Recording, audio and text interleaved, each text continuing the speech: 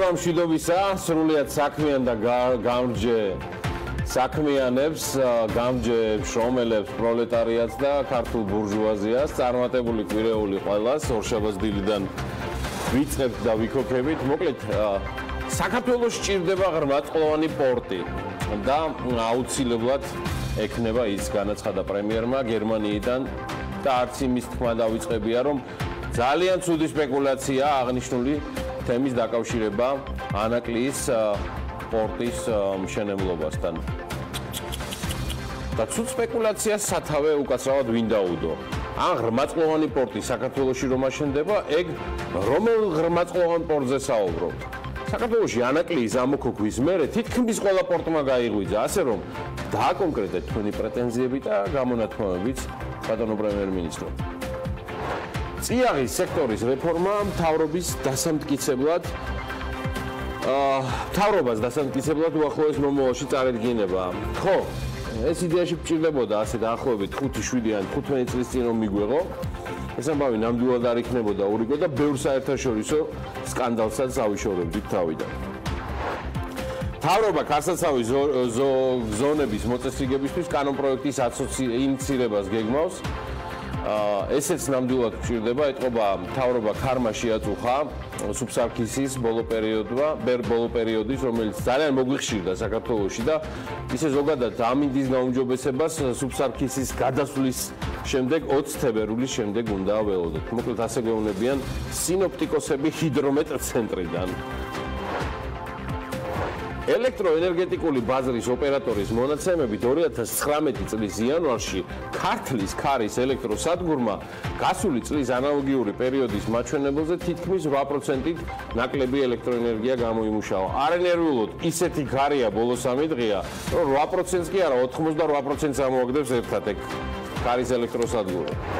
აუდიტის სამსახურის ინფორმაციით კი საგარეჯოში 200.000 ლარი დახარჯეს ბაზრის მშენებლობაში, რომელსაც არ იყენებენ. სახელმწიფო აუდიტის სამსახურმა საგარეჯოს მუნიციპალიტეტის შესაბამისობის აუდიტის ანგარიში ასევე დაწერა, რომ საგარეჯოს მუნიციპალიტეტის მიწის მოიჯარები ფულს ძირითად შემთხვევაში არ უხდიან. აგდებენ რა. იანვარში ყველაზე მეტი ქართველი თურქეთიდან გამოადეპორტეს შინაგან საქმეთა სამინისტროს ინფორმაციით. შეხარ ჩემი ბატონი, მეზობელი სახელმწიფოდან დეპორტაცია საქართველოს 107 მოქალაქეს გაუკეთეს. მეორე ადგილზე ამ მიმართულებით ისრაელია. იანვარში ამ ქვეყნიდან საქართველოს 82 მოქალაქე გადმოადეპორტეს. ერთ-ერთი ვარიანტი იყო 83 ყოფილიყო სალომე ჭიპაშვილზე, მაგრამ 100 ზაფხულში ეს ამბავი და არც მოხვდა სტატისტიკაში. 2019 წლის იანვარში საქართველოში შემოსვლაზე ვარი სულ 1587 ადამიანს უთხრეს, აქედან ყველაზე მეტი 576 ირანის მოქალაქეა. შინაგან საქმეთა სამინისტროს სტატისტიკის მიხედვით ქვეყანაში ასევე არ შემოუშვეს ინდოეთის 366 და აზერბაიჯანის 124 მოქალაქეები. საქართველოს ბიზნეს პროცესების სერვისის მიმწოდებელი ხდება ეკონომიკის მინისტრის თქმით გახშირდა შემთხვევები, როდესაც უცხოური კომპანიები საქართველოში ეგრეთ წოდებულ კოლ-ცენტრებს აფუძნებენ. ქუთაისში განსაკუთრებით განვითარდა ეს მიმართულება. რამდენიმე გერმანულმა კომპანიამ გახსნა ასეთი კოლ-ცენტრები ქუთაისში. გიორგი ქობულიამ კიდევ ბევრი საგულისხმო განცხადება გააკეთა. იმერეთის დედაქალაქი ნამდვილად იძლევა ამის საფუძვლებს. სულ მალე ამ თემაზეც ცხადია ვისაუბროთ.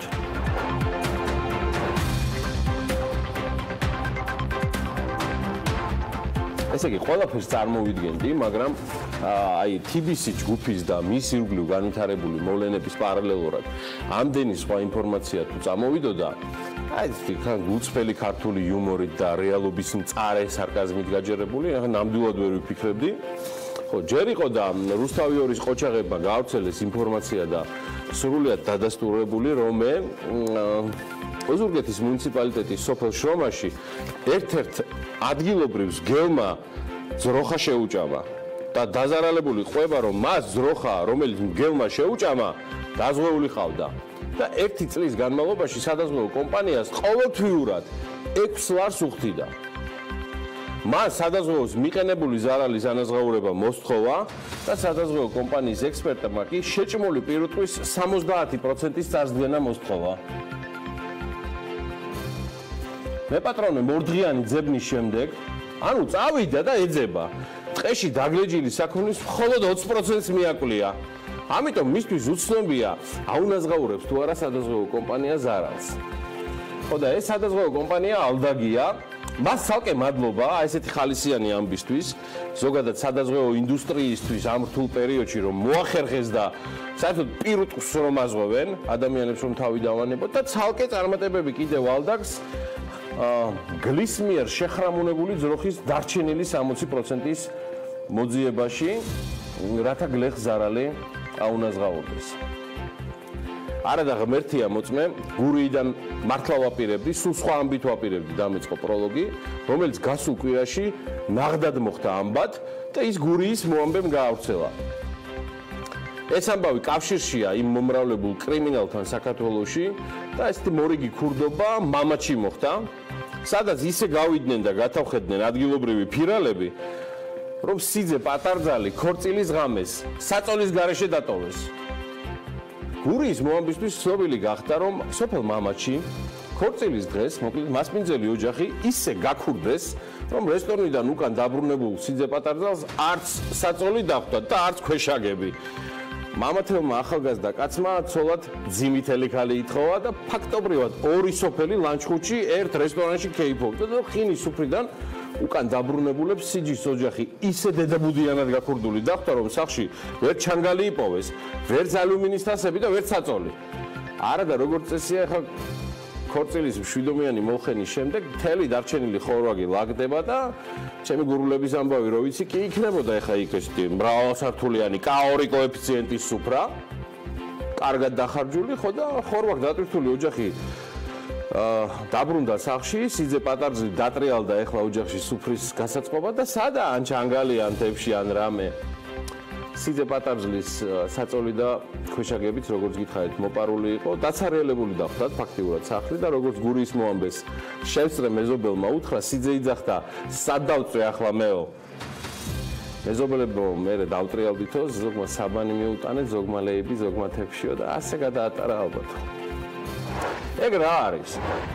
იქვე ახლოს აჭარაში ხელვაჩაურის მუნიციპალიტეტს ვესტუმროთ, სადაც აღშენებლობა ისეთი ტემპით მიდის, რომ ტენდერი ტენდერზე გჭირდება სწორი და გამართული შენობის მისაღებად. ასე მოხდა ახაშენის კულტურის სახლის შემთხვევაში, სადაც არასწორად დაპროექტებული სახანძრო კიბე რეაბილიტაციის შემდეგ ახალშენის კულტურის სახლში სახანძრო სათადარიგო კიბე და მასთან გამავალ კარებს შორის კავშირი არ არის. და მისი გამოყენება ამ დროისთვის შეუძლებელია.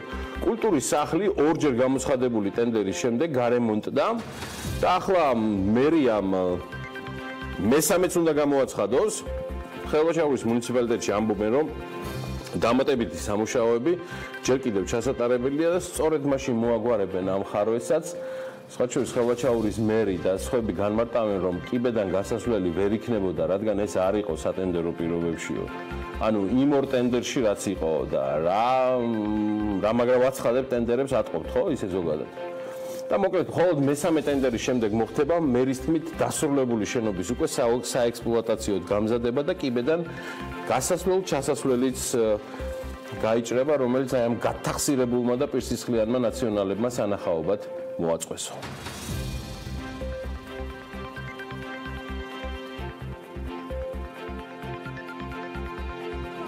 ხელვაჩაურის მერიის წარმომადგენელი ამბობს, რომ კიბესთან დამაკავშირებელი კარი მომავალში გაკეთდება. ფუნქციო კიბე პრობლემას არ უქმნის და დატვირთვას მესამე სატენდერო სამუშაოების დასრულების შემდეგ. ხო.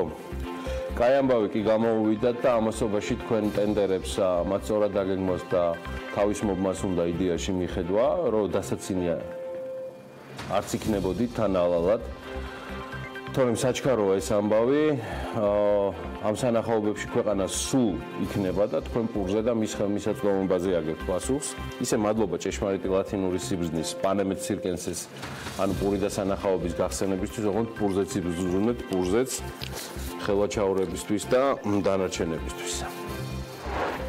ერთის და გავსერიოზულდით, საქმიანები ბიზნესურად შეუდგებით ამბებს, ეს მაინც ეთყობა ანას დაბადების დღის გამოყოლილია.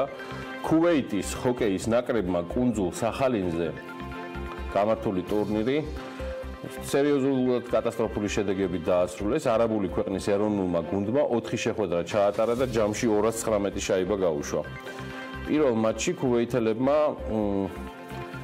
ერთ-ერთ შორეული აღმოსავლეთის ფედერალური ოლქის გუნდთან 60-0 წააგეს. მერე ციმბირის გუნდთან წააგეს 77-0 და ბოლოს სახალინთან მაინც შედარებით იბრძოლეს და 28-0 წააგეს, მაგრამ ვერაფერი ვერ ქნეს იაპონიასთან 54-0 მოუგეს იაპონელებმა და ახლა ამ ამბავში გასაკვირი ჯამში არაფერი არ იქნებოდა. არც ის არის გასაკვირი, რომ ქუვეითელები, რომლებიც ერთ-ერთი ყველაზე მდიდარი ქვეყნის წარმომადგენლები არიან, გინესის სტატისტიკით აგებენ სპორტის სახეობაში, რომელთან სადღაც ახლოსაც არ გაუვლიათ. მე პირადად უფრო შემდეგი ამბავი მიკვირს, თუმცა არც დიდად მიკვირს, კაცმა რომ თქვა, რადგან ყურიც და გონებაც ერთად შეეჩვია, ანუ ჩვენების მიღწევებს, ქართველების მიღწევებს ჰოკეიში. მაგრამ ჩვენი გოგოებისგან ამას ნამდვილად არ ველოდი და აგერ ამბავი ქუთაისის ქალ ჰოკეისტთა გუნდმა ევროპის საკლუბო ჩემპიონატზე წარმატებული სტარტი აიღო ქუთაისელმა გოგოებმა, რომლებიც ჩელენჯერ ჯგუფში გამოდიან, დღეს 2 შეხვედრა გამართეს და ორივეში გაიმარჯვეს, კაცო. პირველ ტურში ქუთაისლებმა ფინური პორვო 16-0 დაამარცხეს და მეორე შეხვედრაში კი ქუთაისის ჰოკეისტთა გუნდმა დანიური კოპენჰაგენი 8-6 დაამარცხა. ჩელენჯერის გუნდებს შორის ევროპის საკლუბო ჩემპიონატი დღეს სერბეთის დედაქალაქ ბელგრადში დაიწყო ამ რამდენიმე დღის წინ და ქუთაისთან ერთად ჯგუფში, როგორც გითხარით, ფინური პორვო, დანიური კოპენჰაგენი და სერბეთის ბასკეთი ასპარეზობენ. ბარაქალა გოგოებს და მათ ოჯახებს, წვრთნელებს. იყო დრო ჩვენს მშობლიურ და არაჩვეულებრივ ქუთაისში ცურვას ცარიელაუში ასწავლიდნენ, მე მახსოვს ესეთი დრო, და სადამდე წავიდა ტექნიკა და განვითარება. შეუმადურებო. ნახეთ რა ყოჩაღები არიან ჩვენი გოგოები. ეჭვი მაქვს მათი მწვრთნელის მეტსახელი ფეოლა იქნება, და მათ დიდ წარმატებებს უსურვებ. მაღაზიიდან სენდვიჩის მოპარვის გამო სლოვენიის პარლამენტის დეპუტატმა დატოვა თანამდებობა. ეს BBC-მ გაავრცელა ეს ინფორმაცია. ეს მართველი პარტიის სახელი არის მარიან შარეცისისი. ეს პარტიის სახელია, ხოლო დეპუტატის სახელია დარი კრაიჩამა, რომელმაც განმარტა, რომ მაღაზიის პერსონალი არ მაქცევდაო სათანადო ყურადღებასო და ამიტომ გადაუწყვიტა უსაფრთხოების სისტემა გამომეცადაო და დაწესებულება თანხის გადაუხდელად დატოვა. სათვალთვალო კამერების არსებობის მიუხედავად მაღაზიიდან სენდვიჩის ქურდობა იდეაში მართლა შეუმჩნეველი დარჩა. თუმცა დეპუტატის პრინციპით მოგვიანებით მოუბრუნდი და ფულის გადავიხადეო და ბოდიშის მოხდის მიუხედავად კრაიჩიჩმა ამ რაღაც სოციალურ ტექნოლოგიური ექსპერიმენტის გამო დატოვა პარლამენტი. ჩვენი მთავრობის და პარლამენტის წევრები ღმერთმა დაიფაროს ესეთი ინციდენტებისგან. საქართველოში გაცილებით მძიმე გამოწვევებია. მცირე სენდვიჩზე კონსულტანტის თუ გამყიდველის ყურადღების უგულებელყოფის გამო ვინ გადადგება ან რატომ უნდა გადადგეს, როცა ეხლა აგერ ახალი გამოწვევა აქვს თქო ხალხს თავიანთი საკომუნიკაციო გენიოსებისგან მიღებული და ის ორი მიმართულებით ვითარდება. ერთი არის აი როგორ გავამართლოთ მოსამართლეთა უბადო დანიშვნები და ყველაა ჩართული მათი კარის ექსპერტებიდან დაწყებული დასრულებული უმაღლესი თანამდებობის პირებით, მაგრამ ნუ ლაქნა არ გამოსდით ალაფერი. და ვერაფრით ვერ გამოსდით ეს ამბავი, მაგრამ მაინც ჯიქურ აწვებიან თავის ამბავს და ეწვალებიან. ეს ფაქტია. ეგ რა არის? ეხლა კიდევ ახალი ამბავი გამოიგონეს და ესეთი თემით გამოდიან. გახმაურებული თიბისი ბანკის და მისი დამფუძნებლების თემაზე, რომ ქართული ოცნების პოლიტიკური თუ სხვა თუ კი რაიმე სხვა არსებობს კიდევ გუნდის წევრები ამბობენ, რომ ისინი ყველანი ერთხმად მოუწოდებენ, რომ ოღონდ მართლა ვერ გავიგე ვის მოუწოდებენ, რომ თიბისი ბანკთან დაკავშირებით პოლიტიკური სპეკულაციებისგან თავი შევიკავოთ. აი მოვისმენთ. თიბისი ბანკი გახლავთ სისტემური ბანკი, ეს არის ძლიერი ბანკი, ეს არის ერთ-ერთი ყველაზე წამყვანი ფინანსური ინსტიტუტი ამ მხოლოდ ფინანსური სექტორისთვის, არამედ ზოგადად ჩვენი ეროვნული ეკონომიკისთვის. აქედან გამომდინარე მე კიდევ ერთხელ სურს ყველას მოუწოდო, რომ თავი შეიკავონ პოლიტიკური სპეკულაციებისგან. ეს გახლავთ ძალიან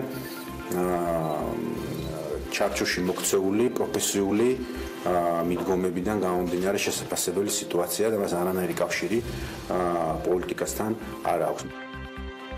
ისე ყოველგვარი სარკაზმის გარეშე ვამბობ, რომ მართლა რთული არ დაეთანხმო პრემიერ-მინისტრს ამ პასაჟში, სადაც ის ამბობს, რომ ეროვნულმა ბანკმა, როგორც მარეგულირებელმა, მიიღო გადაწყვეტილება და თუ ვინმე სამსაკითხზე კითხვები და პრეტენზიები აქვს, სწორედ შინაარსობრივი არგუმენტები უნდა დასახელდეს. ასეა და ცამდე მართალია ბახტაძე, სულ ყირაზე რომ დადგეს ყველაფერი, თავი და ბოლო მიდიხარ მაინც ეროვნულ ბანკთან და პროკურატურასთან, რასაც ესეთი ხაზგასმულად ნაკლული ინფორმაციების ფონზე მათი მხრიდან, ასევე ბანკის მხრიდანაც აღზრული სისხლის საქმესთან დაკავშირებით, კითხვები მხოლოდ და მხოლოდ მატულობს და ამიტომაც რჩება ველი საყველაფროს ექსპერტებისთვის, რომ ეს ჩვენი მარეგულირებელი მთავრობა და ნებავთ იგივე ბანკის ჯერჯერობით ზუსტ ფაქტოლოგიურ კომენტარებს ამ 11 წლის დაძველების ტრანზაქციაზე არ აკეთებენ. ნუ საწავლენ, არც არსად. მოვადრო და იტყვიან. ამასობაში კი ნაბან წყალს ბავშვი არ უნდა გადაყვეს. ამაზე ზრუნვის ელემენტებსაც ვხედავთ BMG-ის ბასრი თვალით, რომელსაც გაგიზიარებთ გადაცემის შემდეგ ბლოკებში. მანამდე კი მოდი კიდევ ერთხელ გადავხედოთ, ვინ ფლობს დღეს თიბისი ბანკს. იქნებ ეს მაინც დავიმახსოვროთ წესიერად თავი რომ მოგვაქვს ექსპერტობაზე სხვადასხვა მიმართულებით. ვინ არიან აქციონერები და რამდენი პროცენტი აქვთ მათ? სამართლიანობისთვის ვიტყვი, რომ არც მარეგულირებელი, არც გამოძიება და არც მთავრობა არ აყენებს კითხვის ნიშნის ქვეშ აქციონერთა უფლებებს. ეს ფაქტია, რომ პირდაპირი პრეტენზია არ არის, მაგრამ ვინ არის ბანკის მფლობელი და ვინ ფლობს დღეს საქართველოში ყველაზე მსხვილ სისტემურ ბანკს? მაშ ასე. ბანკის ბენეფიციარებს და აქციონერების ჩამონათვალია, რომელიც პირდაპირ და არაპირდაპირ ფლობენ აქციების 5%-ს ან მეტს წილების მითითებით. ეს ასე გამოიყურება მამუკა ხაზარაძე. მის გამგებლობაშია ბანკის 13.52% აქციებისა. ბადრი ჯაფარიძე ფლობს აქციების 6.76%-ს. ევროპის რეკონსტრუქციისა და განვითარების ბანკი EBRD 8.17%-ს. JP Morgan-ის Asset Management Group-ი 8.39%-ს. არანაკლებ გავლენიანი Schroeder Investment Management-ი 7.7%-ის მფლობელია და Dan Rosen Company 5.9%-ის. ეს არის როგორც გითხარით, ძირითადი აქციონერები, რომლებიც დღეს წარმოადგენენ საქართველოს ერთ-ერთ კი არა და უმსხვილეს ბანკს დღევანდელი რეიტინგებით. რაც შეეხება ბანკის სამეთვალყურეო საბჭოს, მისი თავმჯდომარე მამუკა ხაზარაძეა, მოადგილე გახლავთ ბადრი ჯაფარიძე, ხოლო საბჭოში დამოუკიდებელი წევრები გახლავთ ერიკ რაჯენდრა, ცირა კემულარია, ნიკოლო ზენუქიძე, ნიკოლას დომინიკ ხააგი, მარია ლუიზა ჩიკონიანი. ეს არის ვისაც თქვენ ახლა კადრში ხედავთ, დღევანდელი ბორდი და ხელმძღვანელობა ბანკისა სამეთვალყურეო საბჭოს დონეზე. ასეა ეს დღეს ბანკზე და მის ირგვლივ განვითარებულ მოვლენებზე კიდევ ბევრს ვისაუბრებ. ვინც ადევნებს თვალყურს BMG-ს იგივე გუშინ კვირა დღეს სრულად და ყველა ინფორმაცია დევს ჩვენს ვებზე, მათ შორის მამუკა ხაზარაძის ბოლო განცხადებები, რომელიც მან კავკასიის უნივერსიტეტის სტუდენტებთან შეხვედრისას გააკეთა და ამაზე ცხადია ასევე ცოტა ხანში და მოგვიანებით. აუდიტის სამსახურის ინფორმაციით კი ფინანსთა სამინისტროს შემოსავლების სამსახურმა 2016 წელს 3604 თანამშრომელზე პრემია სათანადო დასაბუთების გარეშე გასცაო. ვახტანგ ლაშკარაძის უწყებას მოუწევს პასუხები გასცეს სახელმწიფო ფინანსების მაკონტროლებელთა ამ დასკვნაზე. ანა ლაპიაშვილს მალე მეტი ინფორმაცია ექნება ამ თემასთან დაკავშირებითაც. საკრედიტო საგარანტიო მექანიზმი მიმდინარე წლის 1 იანვრიდან ამოქმედება და ამისთვის 2019 წლის ბიუჯეტში 20 მილიონი ლარია გათვალისწინებული. ცოტაც და იშკახიდურელი შემოვერთდება ჩვენ სტუდიას და საქართველოს და ჰონკონგს შორის თავისუფალი ვაჭრობის შეთანხმება ძალაში შევიდა. ამას მეორეჯერ ვამბობ, მაგრამ ნუ ესეა. ის უკვე მომესალმა, ის აქ არის. ამ შემთხვევაში არაფერი არ აქვს საერთო ყანჩელის მოტივებთან, უბრალოდ კიდევ ერთხელ წარმოგიდგენთ ანაკლიაშულს, რომელიც უკვე მზად არის, რომ ეს ორშაბათის დღე ჩემი რაღაცა სარკასტულ იუმორნარევი თავს დიდად არ დავდებ არაფერზე, პროლოგის შემდეგ უკვე სრულად გადავეშვათ ეკონომიკის, ფინანსების და ბიზნესის სიახლეებში. ანა, წარმატებული ეთერი, დილა მშვიდობის. მადლობა გიორგი და მადლობა კარგი განწყობისათვის, რომელიც ძირითადად ჩემთვის და საეთეროსთვის ყოველ შემთხვევაში ძალიან სასიამოვნო იყო. და შეეხება სახელმწიფო აუდიტის სამსახურს, რომელიც შენ დაანონსე, მოდი ამ თემით დავიწყოთ ჩვენი ბიზნეს სიახლეები.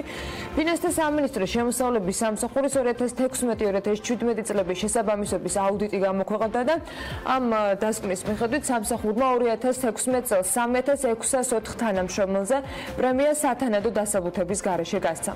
ანგარიშის მიხედვით სამსახურის 55 თანამშრომელმა პრემია 30 დღეზე ნაკლები ვადის დასაქმების მიუხედავად აიღო.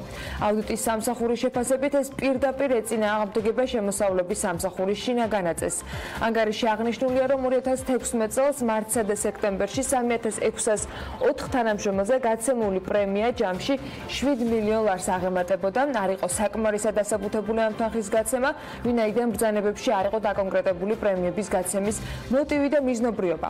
ასევე 2016-17 წლებში 809 თანამშრომელზე გაცემულ პრემიასთან დაკავშირებით, რომელიც მათ თანამდებობრივ სარგოს 391,750 ლარით აღემატებოდა, შემოსავლების სამსახურმა ვერ წარმოადგინა შემოსავლების სამსახურის უფროსის მოტივირებული შუამდგომლობა, რომელშიც მითითებული იქნებოდა სარგოზე მეტი ოდენობით პრემიების გაცემის დეტალური მოტივი. ანგარიში მითითებულია ისიც, რომ 2016-17 წლებში 85 თანამშრომელზე გაცემულია 95,000 ლარამდე ოდენობით პრემია მათი დისციპლინური პასუხისმგებლობის მოქმედების ვადაში. ხოლო თითქმის 40,000 ლარის ოდენობის პრემია კი 45 თანამშრომელზე გადანაწილდა, რომელთა თანამდებობაზე დანიშვნიდან 30 კალენდარულ დღეზე ნაკლები იყო გასული, რაც შინაგანაწესით განსაზღვრული შეზღუდვების ფორმალურ ხასიათზე მიუთითებს.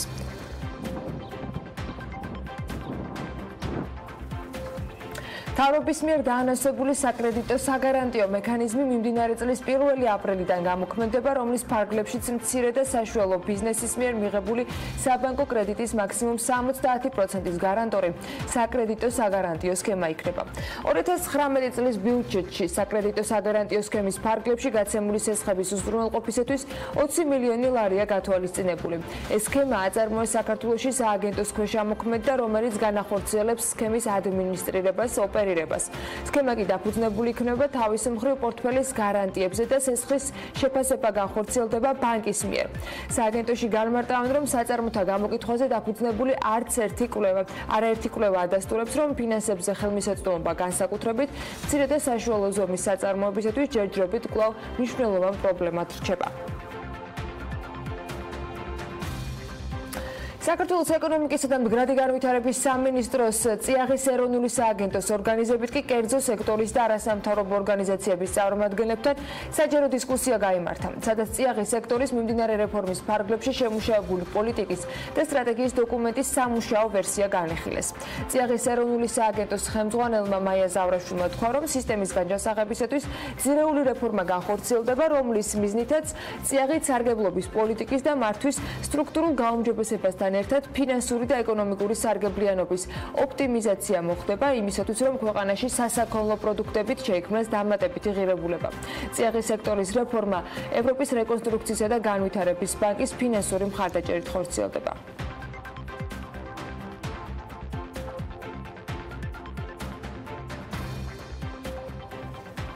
დავით ონოფრიშვილი დაზღვევის სახელმწიფო ზედამხედველობის სამსახურის უფროსად დაენიშნა, ბრძანებას პრემიერ-მინისტრმა ხელი უკვე მოაწერა. სამსახურის თანამშრომლებს ონოფრიშვილი საქართველოს მთავრობის ადმინისტრაციის უფროსმა კახა კახიშვილმა და საქართველოს პარლამენტის საფინანსო საბიუჯეტო კომიტეტის თავმჯდომარე მირაკლი კოუზანაძემ წარუდგინეს. თანამდებობაზე ახლა დანიშნული ონოფრიშვილი ამბობს, რომ მნიშვნელოვანია ეს სამსახური ზედამხედველობის ფუნქციას ასრულებდეს ისე, რომ ბაზარი რეალურად განვითარდეს და სადაზღვეო კომპანიები მოსახლეობა კმაყოფილი იყოს ერთნაირად. 13 თებერვლიდან ძალაში საქართველოსა და ჰონგ-კონგს შორის თავისუფალი ვაჭრობის შეთანხმება შევიდა. ჰონგ-კონგთან თავისუფალი ვაჭრობის შეთანხმებას 2018 წლის 28 ივნისს ჰონგ-კონგში ერთი სარტყელი ერთი გზის სამიტის ფარგლებში მოეწერა ხელი. ამ შეთანხმების მიზანი კი თავის მხრივის არის, რომ საქართველოსა და ჩინეთის სახალხო რესპუბლიკის სპეციალურ ადმინისტრაციულ რეგიონს ჰონგ-კონგს შორის საქონლის თავისუფალი გადაადგილების პირობების განსაზღვრა და მომსახურებით ვაჭრობის ხელშეწყობა მოხდეს. მხარეთა შორის ახალი თაობის შეთანხმება ასევე ფარავს ისეთ თემებს, როგორიც არის საბაჟო და ვაჭრობის ხელშეწყობა, ინტელექტუალური საკუთრების უფლებები, ტექნიკური ბარიერები ვაჭრობაში, სანიტარული და ფიტოსანიტარული ზომები. გერმანიის ელჩმა ჰუბერტ ქნირშმა გასული კვირის მიწურულს მედიასთან მოკლე კომენტარი გააკეთა და ყურადღებას საქართველოში ინვესტორების საქმიანობასთან დაკავშირებულ რისკებზე გაამახვილა. მან ბიზნესის კეთების სიმარტივესთან დაკავშირებით მსოფლიო კვლევების შესახებ დასმული შეკითხვის საპასუხოდ თქვა, რომ როდესაც ის სხვადასხვა კომპანიის წარმომადგენლებს შეხვდა, შეიტყო, რომ მათთვის აქ ცხოვრება ხშირად ადვილი არ არის და ბევრი ისეთი სამუშაო ხდებათ, რომელიც რისკის გაწევას მოითხოვს, რათა ინვესტიციები განახორციელონ. მისი თქმით, ინვესტორებს საქართველოში ხშირად გარკვეული წინააღმდეგობები ხდებათ, რომლებიც რისკებთან არის დაკავშირებული. როდესაც სხვადასხვა კომპანიის წარმომადგენელს შევხვდი, შევიტყო, რომ მათთვის აქ ცხოვრება ხშირად ადვილი არ არის და ბევრი ისეთი სამუშაო ხდებათ, რომელიც რისკის გაწევას მოითხოვს, რათა ინვესტიციები განახორციელონ. ისინი უყურებენ ბევრ ფაქტორს, მაგალითად ისეთს, როგორიც არის წარმოებასთან დაკავშირებული პროექტების დაფინანსება. ხშირად ეს მარტივი არ არის. ასე რომ ინდექსები შესანიშნავია, მაშინ როცა ისინი გვარწმუნებს, რომ ყველაფერი გაკეთებულია და სხვა სამუშაოების შესაძლებელი არ არის, ამბობს გერმანიის ელჩი.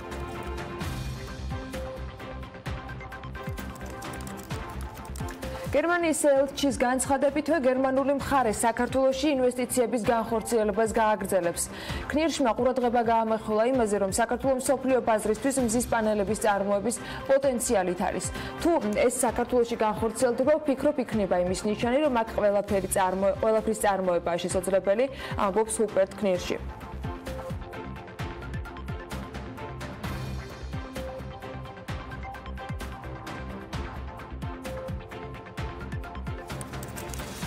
ქუთაისის აეროპორტთან 100 ნომრიანი საასტუმრო აშენდება. 2020 წელს უნდა ამოქმედდეს. ის პროექტს კი სამშენებლო კომპანია DG ახორციელებს. კომპანიის ხელმძღვანელი ფეჟან წაქაძე ამბობს, რომ პროექტის განხორციელება გაჭიანურდა, რადგან აეროპორტის მიმდებარე ტერიტორიაზე მსგავსი ნაგებობის მშენებლობა სხვადასხვა უწყებებთან შეთანხმებას მოითხოვს. მესტიის ტურიზმის საინფორმაციო ცენტრის მონაცემებით ამ სეზონზე მათთან 500-მდე ტურისტია რეგისტრირებული, თუმცა ეს არ არის სრული სურათი იმ ტურისტების, ვინც მესტიაში სასრიალოდ ჩავიდა. ცენტრში ამბობენ, რომ იანვარში კურორტზე ყველაზე მეტი რუსი ტურისტი იყო, თებერვალში კი ახლო აღმოსავლეთის ქვეყნებიდან ჩამოსული ტურისტები ჭარბობდნენ. გასულ წელთან შედარებით წელს ზამთრის კურორტზე მომსახურება გაძვირებულია. ტურიზმის საინფორმაციო ცენტრში აღნიშნავენ, რომ გაიზარდა როგორც საბაგიროს მომსახურება, ისე სასტუმროებში არსებული ფასები. საბაგიროთი მგზავრობა 30 ლარიდან 40 ლარამდე გაიზარდა, 5-10 ლარის ფარგლებში გაზარდეს ფასები საოჯახო სასტუმროებმა, რადგან სამომხმარებლო ფასები გაიზარდა და ეს აისახა მათ მომსახურებაზე, აცხადებს ტურიზმის საინფორმაციო ცენტრის წარმომადგენელი. მესტიაში ამ სეზონზე 200-ზე მეტი სასტუმროა, საოჯახო ტიპის განთავსების ობიექტებში ფასები 20 ლარიდან, სამვარსკვლავიანი სასტუმროების შემთხვევაში კი 80 ლარიდან იწყება. შესაბამისი ინფრასტრუქტურის არარსებობის გამო პრეტენზიას ძირითადად ახალგაზრდა ტურისტები გამოთქვამენ. ცენტრში აღნიშნავენ, რომ კურორტზე არ არსებობს ღამით გართობის ობიექტები, რაც ტურისტების უკმაყოფილებას იწვევს.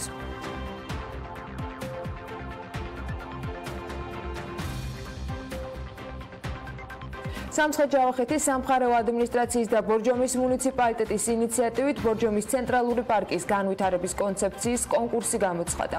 ამ კონკურსის მთავარი მიზანი პარკის ისტორიულ-კულტურული ფუნქციების შენარჩუნებასა და განვითარებას გულისხმობს, რომელიც მომავალი წლების ერთ-ერთი მთავარი პრიორიტეტი უნდა გახდეს. საკონკურსო ჟიური 10 წევრისგან დაკომპლექტდება, მის შემადგენლობაში იქნებიან ბორჯომის მუნიციპალიტეტის მერის და საკრებულოს, ასევე სამცხე-ჯავახეთის სამხარეო ადმინისტრაციისა და სამინისტროების წარმომადგენლები. ასევე ბორჯომის საპატიო მოქალაქეები, არასამთავრობო სექტორი და ადგილობრივი ბიზნესმენები.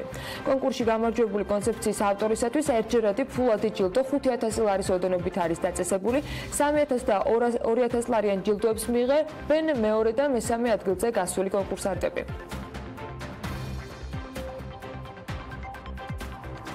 თელავის მუნიციპალიტეტის სოფელ ნაფარეულში დასასვენებელი სკვერები მოეწყობა. კახეთის ხმას თელავის მერიაში განუცხადეს, რომ პროექტი სოფლის მხარდაჭერის პროგრამის ფარგლებში განხორციელდება. სოფლის მხარდაჭერის პროგრამის ფარგლებში დასახლების საერთო კრება შედგა და თელავის მუნიციპალიტეტის მაცხოვრებლებმა მათთვის პრობლემური საკითხები განიხილეს. ძირითადი პრიორიტეტები იყო დასახელებული და კენჭისყრის შედეგად ორი მნიშვნელოვანი საკითხი გამოვლინდა. სოფლის სასაფლაოს შემოღობა, გასუფთავება და სველი წერტილების მოწყობა. ამბულატორიის ეზოში და სოფლის ცენტრში სკვერების მოწყობასთან ერთად. სოფლის მხარდაჭერის პროგრამის ფარგლებში მუნიციპალიტეტში 717,000 ლარი უნდა დაიხარჯოს.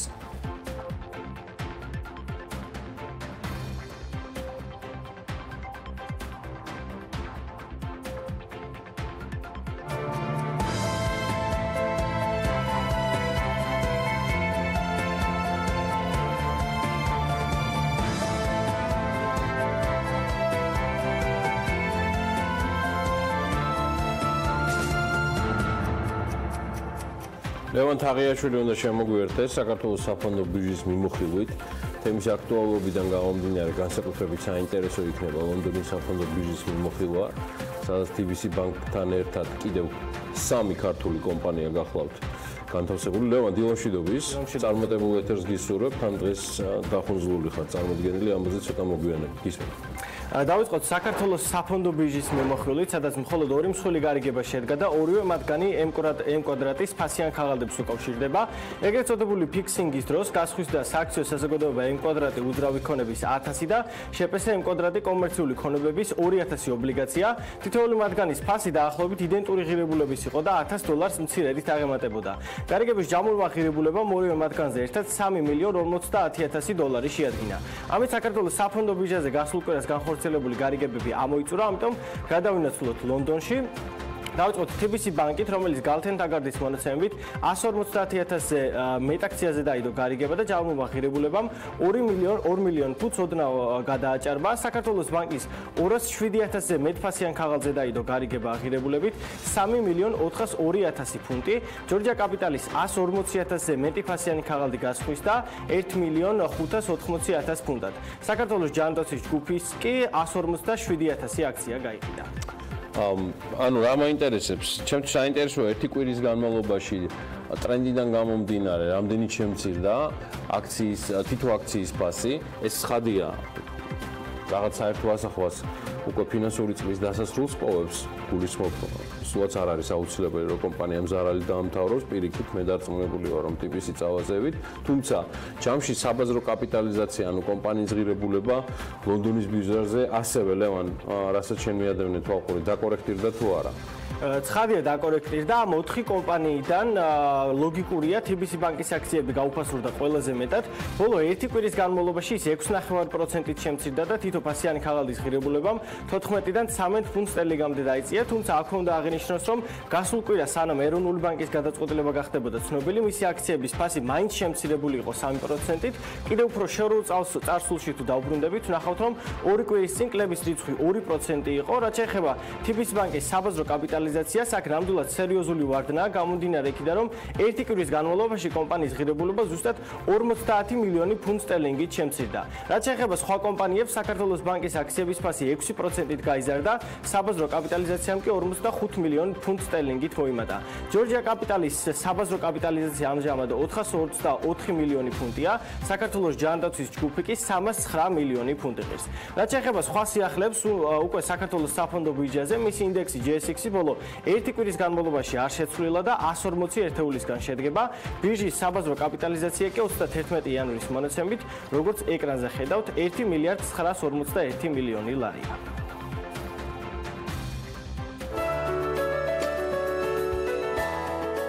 ამინდის პროგნოზის სპონსორია დეველოპერული კომპანია ორიონ ჯგუფი.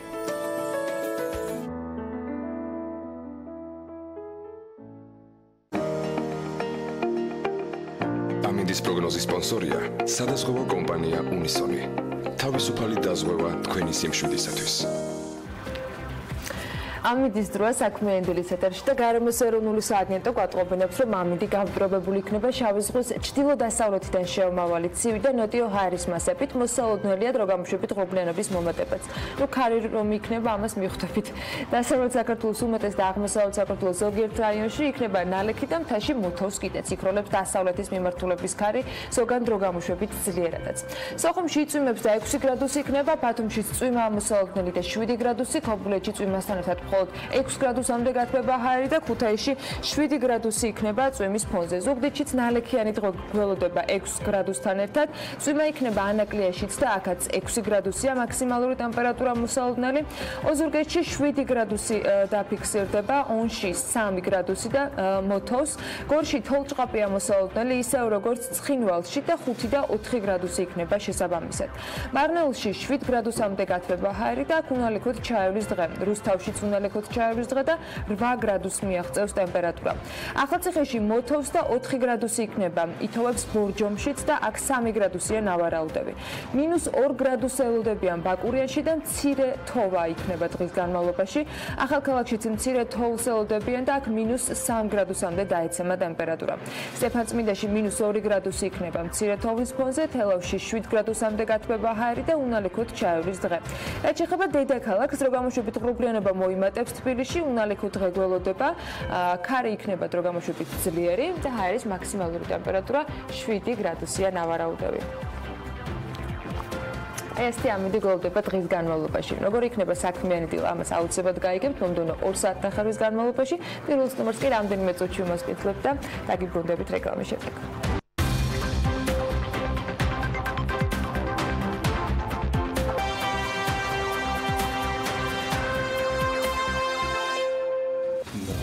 თავრობის მიერ დაანონსებული საკრედიტო საგარანტიო მექანიზმი მიმდინარე წლის 1 აპრილიდან ამოქმედება, რომლის ფარგლებშიც მცირე და საშუალო ბიზნესის მიერ მიღებული საბანკო კრედიტის მაქსიმუმ 70%-ის გარანტორი საკრედიტო საგარანტიო სქემა იქნება.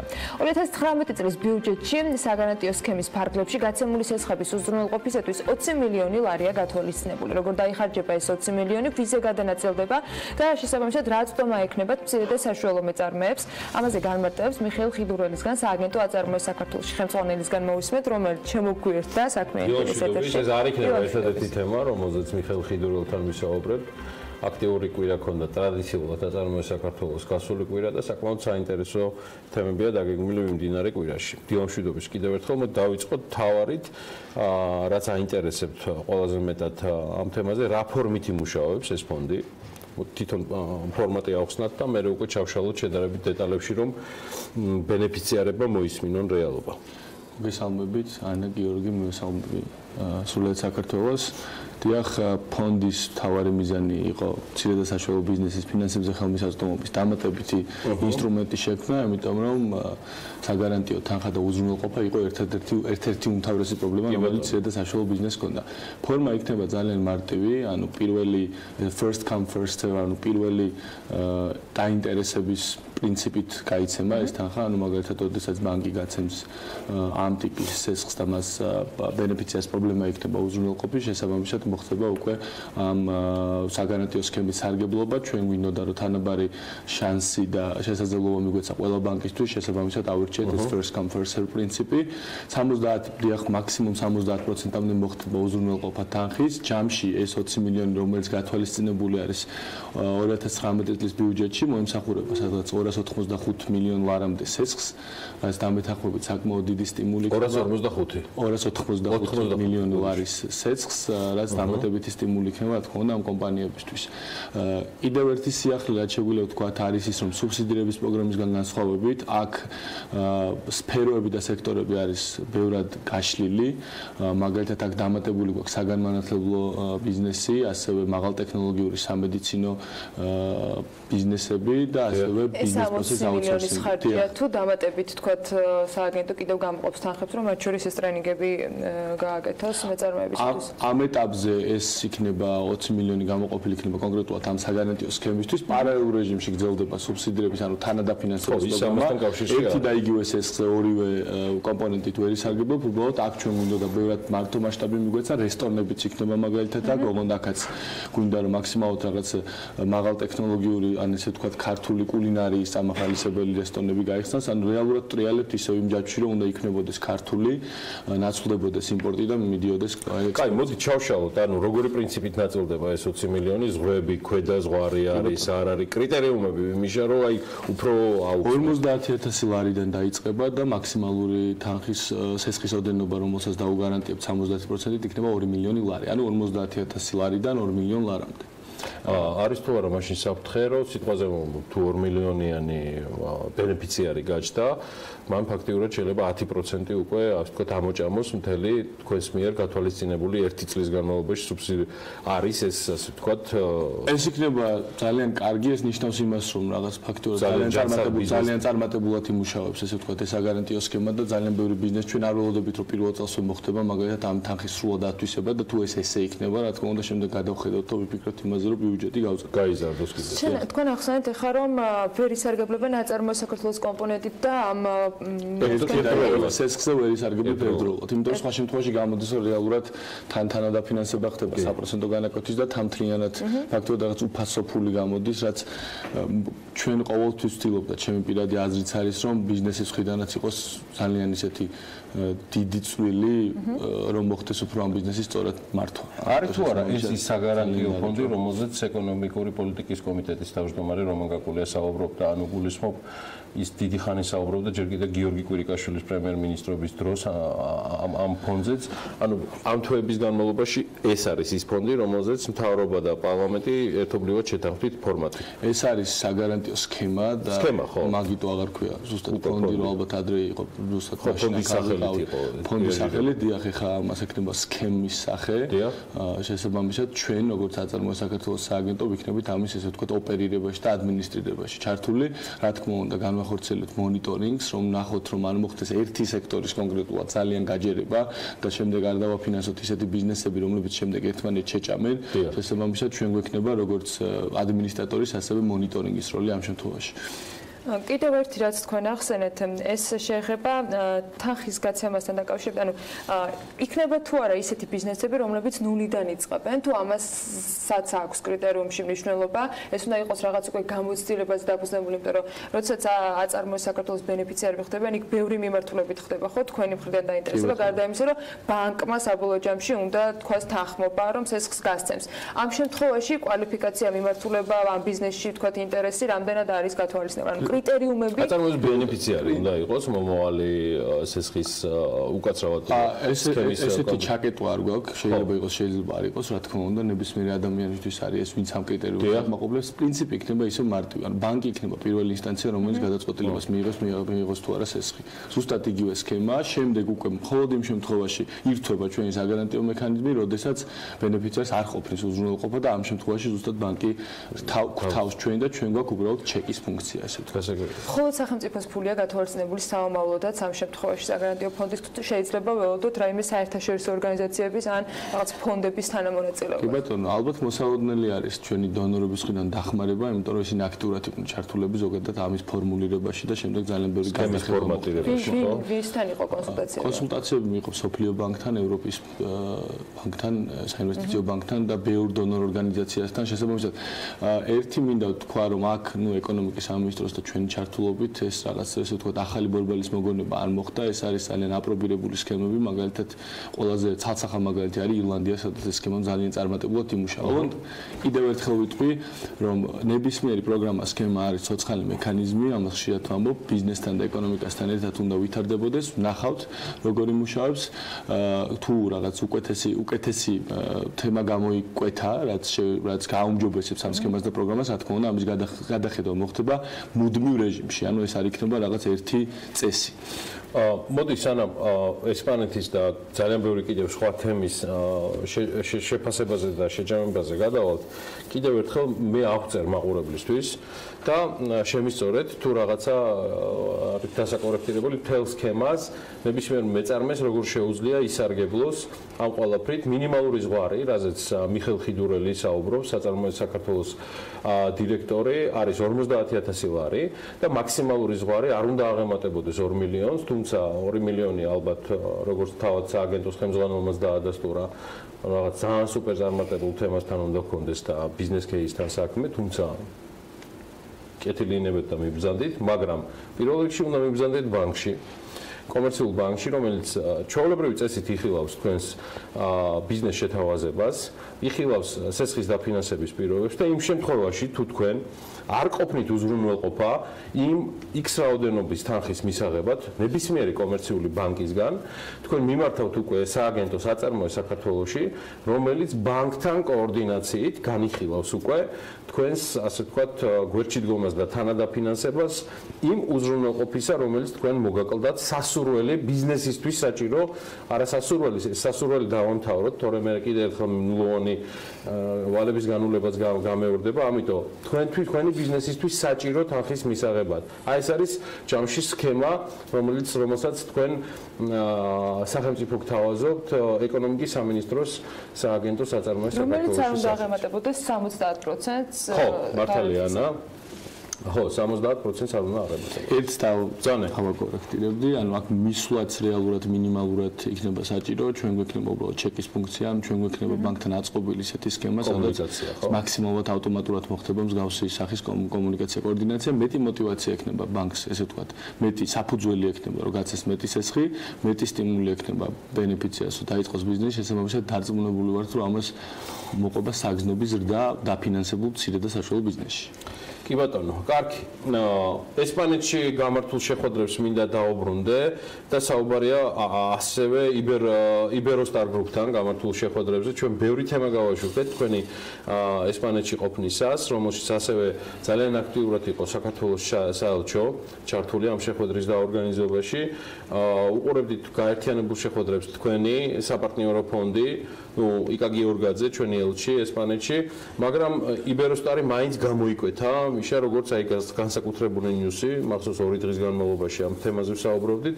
მოდი დავიწყოთ იბეროსტარით, მაგრამ სხვა დეტალები, რომელიც შეიძლება არ დატირაჟირდა და დატირაჟირდება თქვენი აი ამ თემების შემდგომ.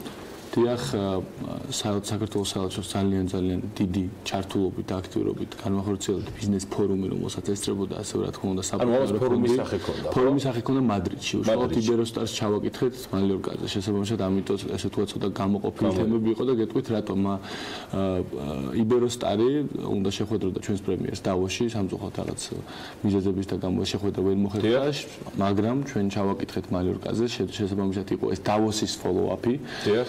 სადაც უშუალოდ შევთავაზეთ ჩვენ საქართველოს ესე ვთქვათ ზღვისპირა ზოლი, რომელიც არის ზუსტად ის კონცეფცია, რომელზედაც იბეროსტარი მუშაობს. ეს არის ჯგუფი, რომელიც ინვესტირებას ახორციელებს ძირითადად პირველ ზოლში. დაახლოებით 120-ზე მეტი სასტუმრო აქვს, სადღაც 18 ქვეყანაზე მეტში. მათ 2022 წლამდე სტრატეგიას რო გადავხედოთ, ისინი აპირებენ ექსპანსიას თურქეთის მიმართულებით და ჩვენი რეგიონის მიმართულებით. აქ აუცილებლად უნდა შეგვეთავაზებინა ჩვენ საქართველოს პოტენციალი.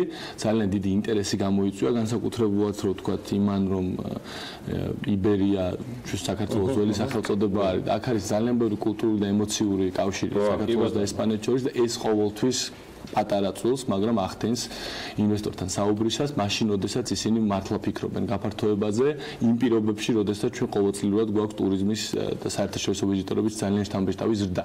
შავი ზღვისპირეთში კონკრეტულად რომელ ნაწილზე იყო საუბარი? იმ ფონზე, რომ ბათუმში გაჯერებაზე საუბრობენ ადგილობრივები წუხან, მათ შორის მშენებლობების სინამდვილიდან გამომდინარე და იმ ფონზე, რომ მიგივე ქობულეთის და უფრო შედარებით, თქვათ, ჩრდილოეთის ნაწილი შავი ზღვისპირეთისა, ცოტა ზემოთ რო ვყვეთ, არც ისე დატვირთული არის თქვენი მხრიდან შეთავაზება რა მიმართულებით იყო და რა ინტერესი არსებობს მათი მხრიდან არა მხოლოდ ბათუმზე. კი ბატონო, ალბათ ყველაზე რელევანტური იქნებოდა გონიოზე საუბარი, რადგან ეს ადგილი არის რა თქმა უნდა გასავითარებელი და ეს არის ძალიან კარგი შესაძლებლობა. არის ინტერესი მათ თუ ალბათ მაინც ვიტყოდი რომ საქართველოს ბოლო წლებში ტურიზმის და საერთაშორისო ვიზიტორების რაოდენობიდან და ზოგადად რეგიონისადმი და ჩვენდამი როგორც ქვეყნისადმი ინტერესმა და ზუსტად იბეროსტარს ყავს თავისი ძალიან დიდი ლოიალური კლიენტურა, ესე ვთქვათ, რომელიც თავისი ლოიალური პროგრამებით არის მათ მფლობელობაშია და არა მართვაში, ხო? თუ კომპილაცია სხვადასხვანაირი მეთოდი აქვს, კი, არის ხოლმე შემთხვევაში, ხო, მაგალითად ბოლოს მითხეს, რომ ხორვატიაშიო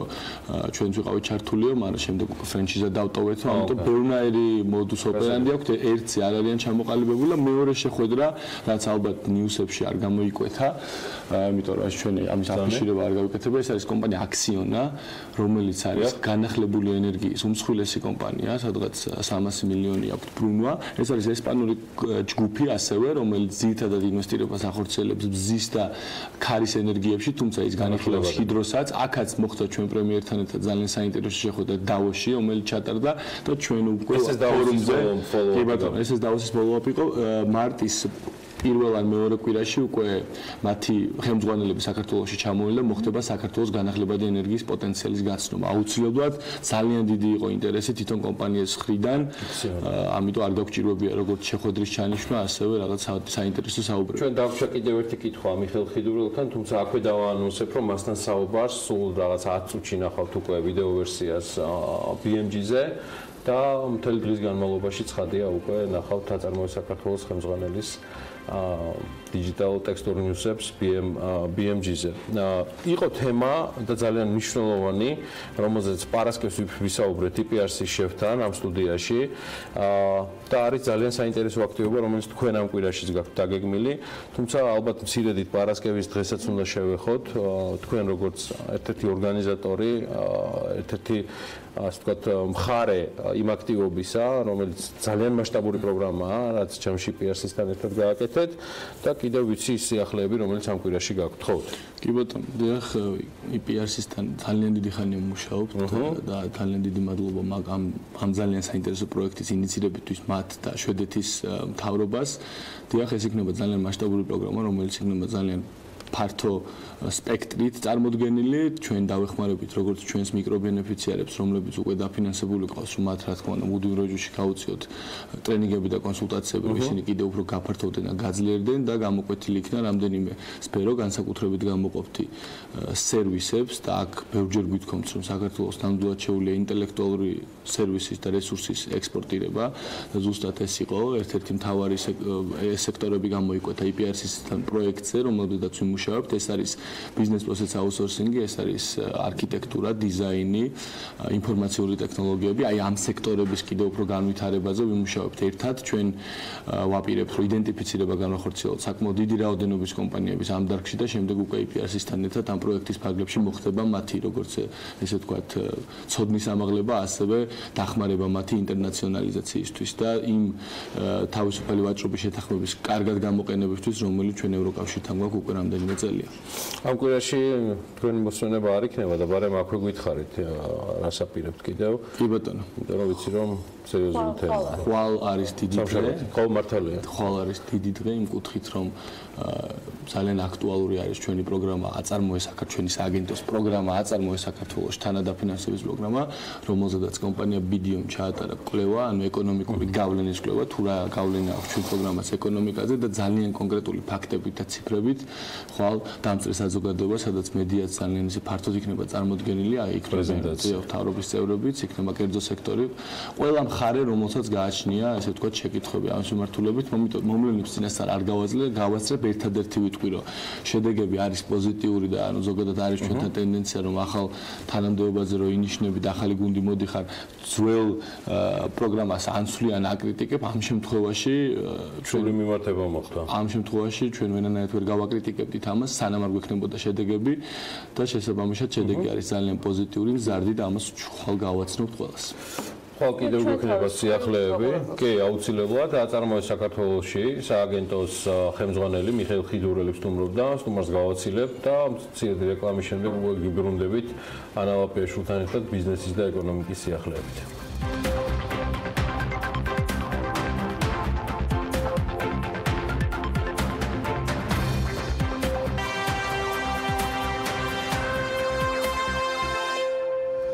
გავლენიანმა The Economist-მა სათაური ჩაუზღვის დაპატარავება ანაკლიის ღრმაწლოვანი პორტის შესახებ სტატია გამოაქვეყნა. სტატიაში ევროატლანტიკურ მისწრაფებებსა და მათ განხორციელებაში ახალი ინფრასტრუქტურის მნიშვნელობაზე არის საუბარი.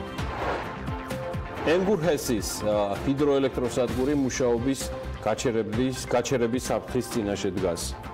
გორის მუნიციპალიტეტის სოფელ ძევერაში კი ხილბოსტნეულის შემნახველი ახალი საწარმო ამოქმედდა. და კიდევ ერთი დაპირებული თემა, ბიზნეს ომბუდსმენი თიბისი ბანკის ხელმძღვანელობას მოუწოდებს მეტი ისაუბროს ბანკის ირგვლივ თემებზე. ირაკლი ლექვინაძე ბანკის მესვეურებს შეხვედრასაც სთავაზობს. რამდენიმე დღეა თიბისი ბანკის დამფუძნებლების დისკრედიტაციის მიზნით სოციალურ ქსელში ათეულობით Facebook გვერდი და პოსტი გაჩნდა. ეს მავნებლობა თიბისი ჯგუფის მიმართ რომ საჯარო იქნებოდა. ამას ჯერ კიდევ ერთი თვის წინ საუბრობდით Forbes-ის ედიტორიალში. მსგავს მესიჯებს იყენებენ ეგრეთ წოდებული Facebook ბოტები, მათ შორის პერსონიფიცირებულად მამუკა ხაზარაძის და ბადრი ჯაფარიძის წინააღმდეგ და როგორც ირკვევა ამ გვერდების ნაწილი უკვე არასამთავრობო ორგანიზაცია სამართლიანი არჩევნების ანგარიშიც კი მოხდა. კვლევების მიხედვით ეს გვერდები წინა საარჩევნო პერიოდში, ასევე როგორც ამ კვლევიდან ამოვიკითხეთ, იყო გრიგოლ ვაშაძის და ნაციონალური მოძრაობის დისკრედიტაციის მიზნით აგვეყნებდნენ იმავდროულად პოსტებს. მოკლედ, ჩვენ აუცილებლად ვაპირებთ, რომ უფრო მეტად ჩავიხედოთ ამ კვლევის შედეგებში და ავტორებსაც ვაპირებთ გავესაუბროთ უახლოეს მომავალში, როგორ მიაგნეს პირველ წყაროს ამ თემაზე. პირველ წყაროს მიგნება არცერთული არის, ეს არ არის პირველი შემთხვევა, როდესაც სოციალური ქსელები გამოიყენება იმისათვის, რომ ვინმეს დისკრედიტება მოხდეს, მათ შორის არც მამუკა ხაზარაძის დისკრედიტაციისათვის არის პოსტები პირველი. ამ ფორმით პოლიტიკური შინაარსის და პოლიტიკურად დაინტერესებული წრეების აქტიურობას მივეჩვიეთ კიდეც ერთგვარათაც. კონკრეტულად მამუკა ხაზარაძე ასეთი ტიპის თავდასხმის ობიექტი პირველად გახდა 2009 წლის იანვარში, მას შემდეგ რაც ცნობილი გახდა, რომ თიბისი ბანკში 2008 წელს განხორციელებული ტრანზაქციის კანონიერების საკითხს პროკურატურა სწავლობდა, თუმცა ზოგადად Facebook ბულინგი ან რაღაცა ფორმით დისკრედიტაცია ამა თუ იმ გადაწყვეტილების, ამა თუ იმ ადამიანის პოლიტიკური პარტიის თუ ნებისმიერ შემთხვევაში პოლიტიკური ჯგუფის მიმართ არ არის ახალი, უცხო და მათ შორის არის საქართველოსთან მხოლოდ დაკავშირებული, ეს აპრობირებული მეთოდი არის და საკმაოდ აქტიურად გამოიყენება ხშირ შემთხვევაში. გუშინ BMG სხვადასხვა PR ტექნოლოგიებსაც ესაუბრა.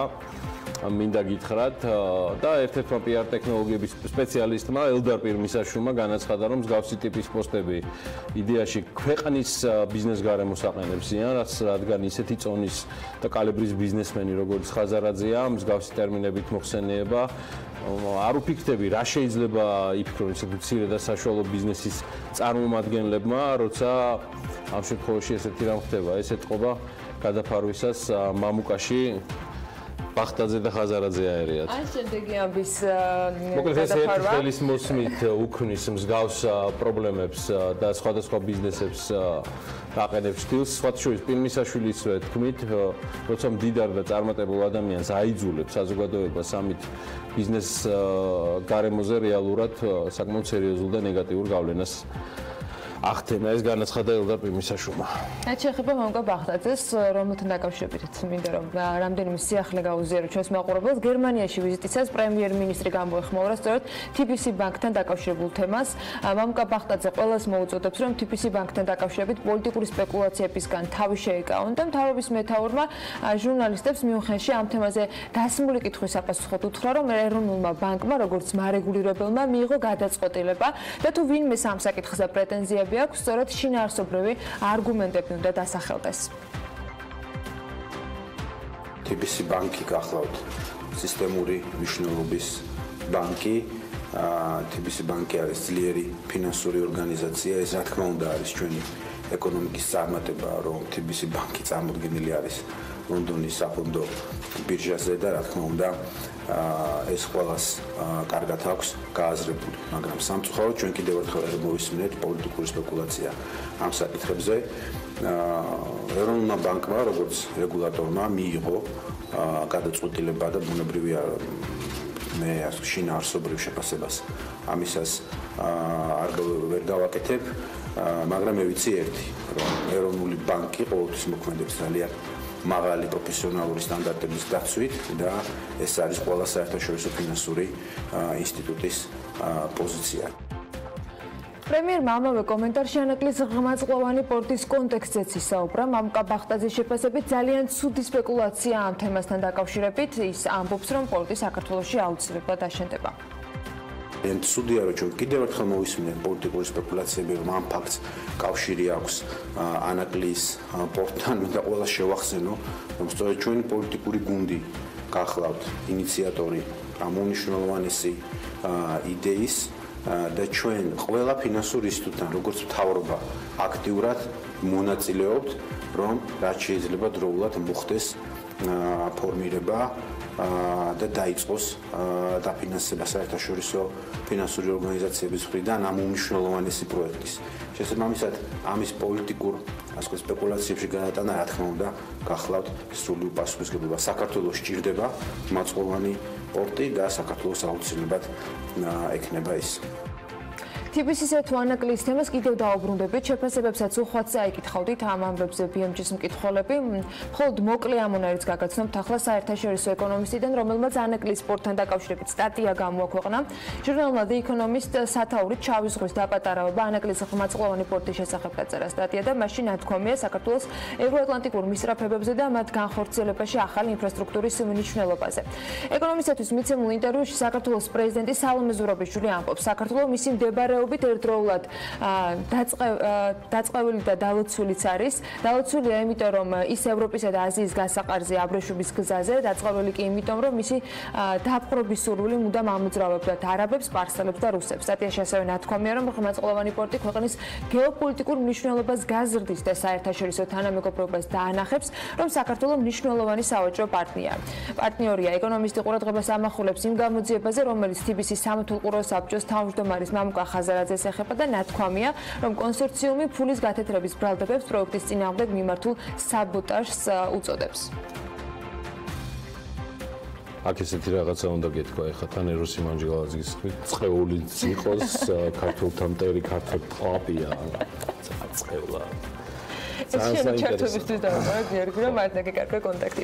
ენერგეტიკა. რაც შეეხება სხვა ამბებს, ელექტროენერგეტიკული ბაზრის ოპერატორის მონაცემებით 2019 წლის იანვარში ქართლის ქარის ელექტროსადგურმა 5,833 მილიონი კილოვატ-საათი ელექტროენერგია გამოიმუშავა და ეს მონაცემი გასული წლის ანალოგიური პერიოდის მაჩვენებელს თუ შევადარებთ, თითქმის 8%-ით ნაკლებია. ქარის სადგურის გაყიდვა იგეგმება, ამ ეტაპზე ობიექტის საბაზრო ღირებულების დადგენა მიმდინარეობს, რაზეც შესაბამისად აუდიტორული კომპანია ვიდეო მუშაობს. მთავრობამ ქარის ელექტროსადგურის აქციები საქართველოს საფონდო ბირჟაზე 2017 წელს დაანონსა, რომ გაიყიდებოდა და მოქალაქეებს მათი შეძენა შესთავაზა. გიორგი კვირიკაშვილის განცხადებით, ეს იქნებოდა პრივატიზაციის ერთგვარი ფორმა, რომელიც მნიშვნელოვნად წაახალისებდა ქართულ საფონდო ბირჟას, თუმცა რამდენჯერმე დასახელებული თარიღის მიუხედავად ჯერჯერობით ღია გასაყიდი წესით ის აქციები გამოტანილი არ არის.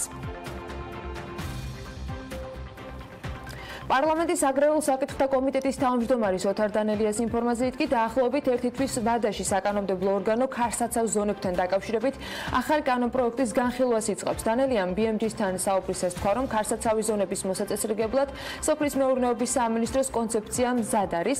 ოთარ დანელია ასევე ამბობს, რომ საუბარია დაახლოებით 10,000 ჰექტარზე. კვლევა გაკეთებულია სოფლის მეურნეობის სამინისტროსა და დონორების ჩართულობით და საბოლოოდ კონცეფცია შეიკრა საკანონმდებლო ინიციატივას დონეზე, რაც მისივე თქმით იძლევა შესაძლებლობას, რომ საჭიროებას ფეხდაფეხ მიუყვეთ, ვინაიდან ძალიან დიდი რაოდენობის ბაღებია გაშენებული, ამან ორი რამის საჭიროებაც ხატყო. ეს არის ქარსაფარი ზონები და მეორე სამაცივრო და სასაწყობო მეურნეობები და ორივე მიმართულებით გვინდა, რომ დარგს ხელი შეუწყოთ, ამბობს ოთარ დანელია. ამ ეტაპზე კი კანონპროექტის დეტალები ჯერჯერობით უცნობია. ენგურჰესი ამასობაში ჰიდროელექტროსადგური მუშაობის გაჩერების საფრთხის წინაშე დგას. ენგურჰესის დირექტორთა საბჭოს თავმჯდომარემ ლევან მებონიამ განაცხადა, რომ ელექტროსადგურის წყალსაცავში წყლის დონე კრიტიკულ ზღვარზეა. მებონია ამ ფაქტს ოკუპირებული აფხაზეთის რეგიონში ელექტროენერგიის გაზრდილ მოხმარებას უკავშირებს. აფხაზეთში ელექტროენერგიის მოხმარების შეზღუდვასთან დაკავშირებით გარკვეული ზომები თუ არ გატარდა 5 მარტისთვის წყალსაცავში წყალი აღარ გვექნება. აქედან გამომდინარე, აფხაზურმა მხარემ ელექტროენერგია ან რუსეთიდან უნდა შემოიტანოს, ან უნდა შეამციროს მოხმარება და გაუტოლოს რისი რესურსიც გვაქვს. რესურსი რომ ამოიწურება, ჰესი გაჩერდება. ამ დროისათვის ენგურჰესისა და ვარნილჰესის მიერ გამომუშავებული ელექტროენერგია 100%-ით აფხაზეთს მიეწოდება, აღნიშნავს მებონია და ამბობს, რომ აფხაზეთის მიერ ამასთან დაკავშირებით საქმის კურსში ჩაყენება უკვე მოხდა და ახლა მოლოდინი არსებობს, რა გადაწყვეტილება იქნება მიღებული. დღევანდელი დღე არის დასახელებული თარიღად, როდესაც აფხაზეთის ეგრეთ წოდებული მთავრობის მხრიდან იქნება ოფიციალური პოზიცია დაფიქსირებული ამ საკითხთან დაკავშირებით. საქართველოს ნავთობისა და გაზის კორპორაციის მონაცემებით 2018 წელს საქართველოში 30149 ტონა ნედლი ნავთობი მოიპოვეს. საქართველოში ინფორმაცია ამასთან დაკავშირებით შესაბამისმა სამსახურმა გაავრცელა ნავთობის მოპოვების პიკური მაჩვენებელი სხვათა შორის 2007 წელს დაფიქსირდა, როდესაც საქართველოში მოპოვებული ნავთობის ოდენობა იყო 56631 ტონა. 2017 წელს ნედლი ნავთობის მოპოვებამ თითქმის 32000 ტონა შეადგინა, 2016-ში 38000 იყო, 2015-ში კი 40206 ტონა დაფიქსირდა. შემცირების ტენდენცია 2011 წლიდან დაიწყო. საქართველოში ნავთობის მოპოვებით საქმიანობას 5 ინვესტორი კომპანია ახორციელებს, კიდევ 7 ინვესტორი კი ძებრაძიებით სამუშაოებს ახორციელებს.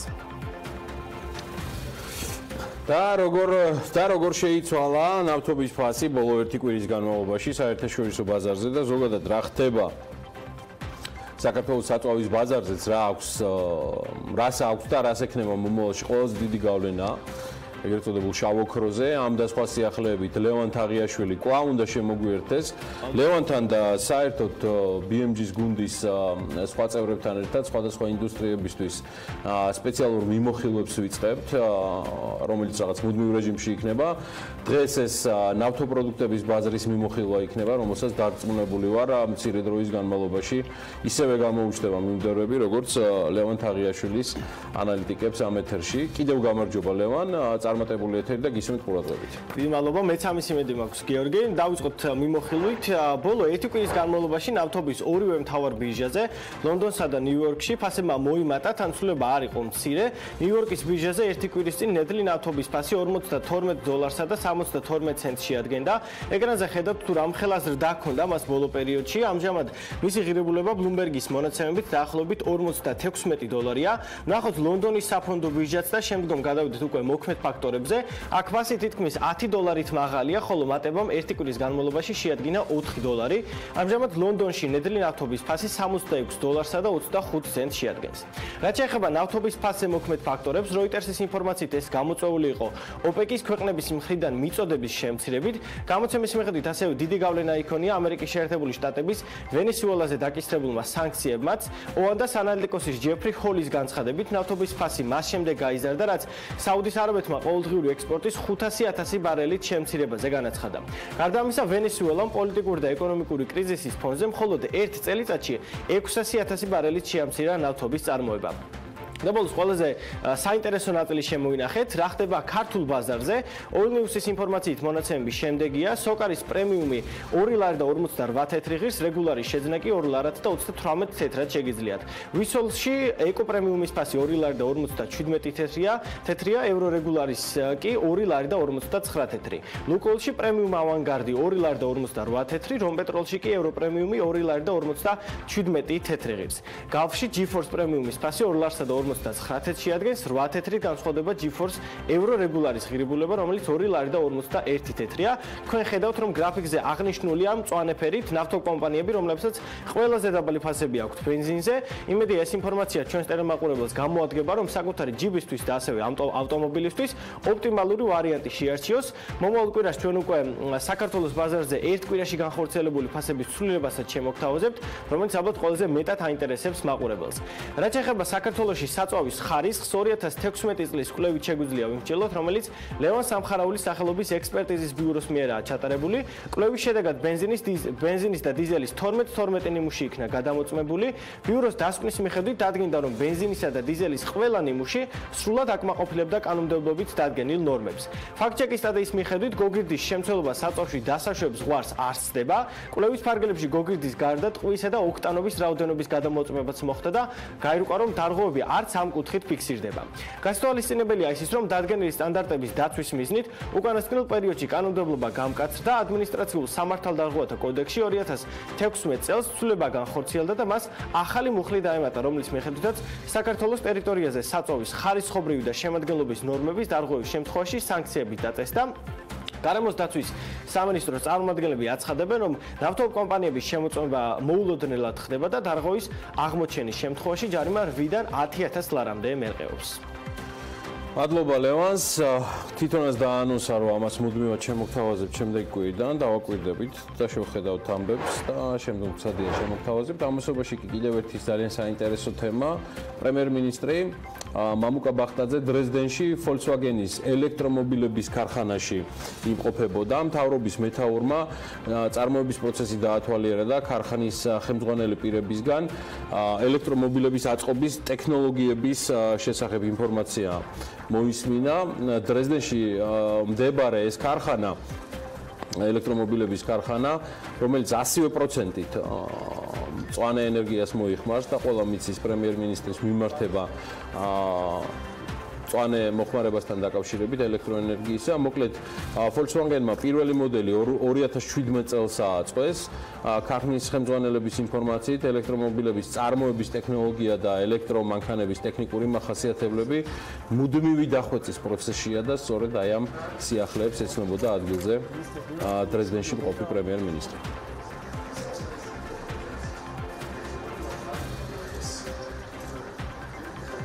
დრეზდენიდან პირდაპირ გორის მუნიციპალიტეტში ვინაცვლებ, სადაც სოფელ ძევერაში ხილბოსნეულის შემნახველი ახალი საწარმო ამოქმედდა. სოფლის მეურნეობის პროექტების მართვის სააგენტოს ინფორმაციით, სამაცივრე მეურნეობა აგროქართლის სახელმწიფოს დახმარებით ერთიანი აგროპროექტის ფარგლებში შეიქმნა და საწარმომ ჯამურად 1.700.000 ლარამდე ინვესტიცია მიიღო. აქედან 600.000 ლარი გარანტია, 855.000 ლარი კი შეღავათიანი აგროკრედიტი, ხოლო დანარჩენი თანხა ბენეფიციარის ინვესტიცია გახლავთ. სამაცივრო კომპლექსში წელიწადში 700 ტონას სხვადასხვა ხილბოსნეულის შენახვა შესაძლებელი. პროდუქციის რეალიზაცია ადგილობრივ ბაზარზეა გათვლილი. ამ კომპლექსში მუდმივად 5 ადგილობრივი მაცხოვრებელი დასაქმდება და სეზონურად კიდევ 10 ადამიანი ემატება. კომპანიაში 2019 წლის ბოლომდე სოფლის მეურნეობის პროექტების მართვის სააგენტოს მხარდაჭერით სურსათის უღნებლობის საერთაშორისო სტანდარტი, ანუ HACCP სტანდარტის დანერგვაც მოხდება. კასპში სოფელ მეტეხში მეფრინველეობის ფაბრიკის მშენებლობა ამ წლის გაზაფხულიდან დაიწყება და სექტემბრიდან ბაზარს თვეში 250 ტონა ქათმის ხორცით მოამარაგებენ. BMG-თან შპსGL-ის დირექტორმა და დამფუძნებელმა გიორგი ვერულაშვილმა ისაუბრა სიახლეებზე და ის განმარტავს, რომ ფაბრიკის მშენებლობა ჯერ კიდევ გასულ წელს იგეგმებოდა, მაგრამ იქიდან გამომდინარე, რომ საჭირო მოწყობილობის მიწოდება ევროპელმა პარტნიორებმა დროულად ვერ მოახერხეს, პროცესი დროში გაიწელა.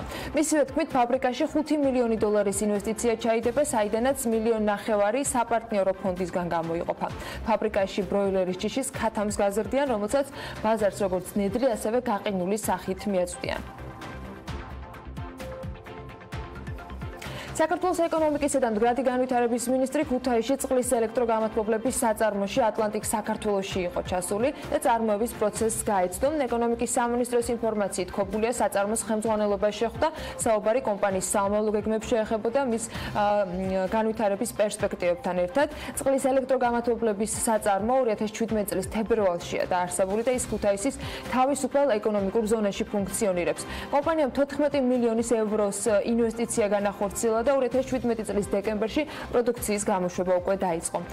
საწარმოში ამჟამად დამატებით 5 მილიონი ევროა ინვესტირებული და დასაქმებულია საქართველოს 110 მოქალაქე. საწარმო 250.000 წყლის ელექტროგამაცხელებელს აწარმოებს და ეკონომიკის მინისტრისა და კომპანიის ხელმძღვანელის საუბრისას ითქვა, რომ კომპანია 2019 წლის სექტემბრიდან პროდუქციის გაორმაგებას გეგმავს. თბილისის მერია კი ვარკეთილში მდებარე ეგრეთ წოდებული ხრუშოვკების ჩანაცვლების პროექტს ცვლის და დეველოპერებს ახალ პირობებს თავაზობს. საკრებულოს წევრი ოთარ გრიგოლია აღნიშნავს, რომ საგარანტიო პირობების ლიბერალიზაცია მოხდა, ეს კი იმას ნიშნავს, რომ პროექტის განხორციელების ეტაპები 5 ლოტად დაიყოფა. ამასთან მერია თავად უზრუნველყოფს კომუნიკაციების, მათ შორის გაზის, ელექტროენერგიის და წყლის შეყვანას, ასევე საკანალიზაციო სისტემის მოწყობას. მისივე ინფორმაციით მოსახლეობისათვის ფართების განაწილება და მშენებლობის დასრულებამდე მათი ქირით გაყვანა მოხდება და ამ ყველაფერზე პასუხისმგებლობას თბილისის მერია აიღებს. საქართველოს ბანკი კი თავის მომხმარებლებს ახალ თავგადასავლებს თავაზობს, რომლის ჩამონათვალიც ნამდვილად ვრცელია. ეს ნომრა თბილისის სანძეს დაათვალიერე ქალაქის მიწისქვეშეთი ეწვია ზოოპარკს და სულ ცოტა ხნით მათი მომთვინიერებლის პროფესიაც მოირგა. ეს მხოლოდ მცირე ჩამონათვალია იმ გამოცდილებებისა, რომლის მიღებაც საქართველოს ბანკის პლუს ქულებით იქნება შესაძლებელი. კიდევ რას გვთავაზობს ამ მიმართულებით საქართველოს ბანკი, ამასთან დაკავშირებით უკვე ანუკა ჯოხაძის სიუჟეტით უფრო მეც მოგუყვება.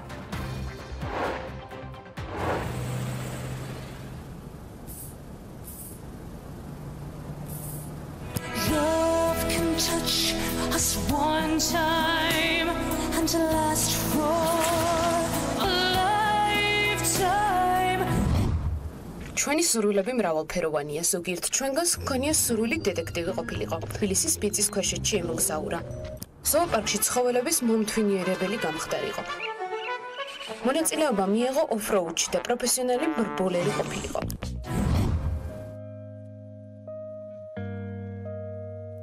თუმცა თუ ბავშვობა თბილისში გაქვს გატარებული, არც ის არის გასაკვირი, რომ ხშირად იმაზეც გვიფიქრია. თუ რა ხდება სატელევიზიო ანძის შიგნით, რისთვის დგას ეს ნაგებობა და როგორია ანძიდან დანახული ქალაქი. ეს ის ერთ-ერთი შესაძლებლობაა, რომელიც საქართველოს ბანკის პლუსქულების მომხმარებლებმა უკვე გამოსცადეს. როგორ? პასუხი მარტივია. ამისთვის ერთგული მომხმარებლები ვებგვერდ პლუსჯის ესტუმრენ. სადაც ჩამოთვლილი თავგადასავლებიდან ერთ-ერთი სწორედ თბილისის სატელევიზიო ანძაზე ვიზიტია. ცოტა ხნის წინ გამოჩნდა ეს რაღაც ახალი პროდუქტი, რომელშიც შეგიძლია მიიღო ისეთი პროდუქტი, რომელსაც რეალურად ფულით ვერ იყიდი. და მე ავიხდინე ჩემი ბავშვობის ოცნება, მთელი ცხოვრება ანძას უყურებ ქვემოდან.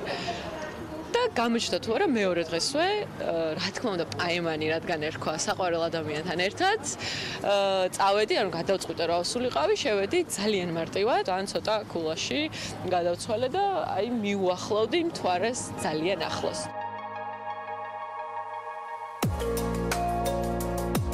საქართველოს ბანკმა პლუსქულების შესაძლებლობების უკეთ გასაცნობად საზოგადოებას ერთ სივრცეში მოუყარა თავი. ადგილზე მათ შესაძლებლობა მისცა სულ რამდენიმე წუთით ერთდროულად ყოფილიყვნენ ბარმენები, იუველირები ან თავად დაემზადებინათ ხელნაკეთი შოკოლადი.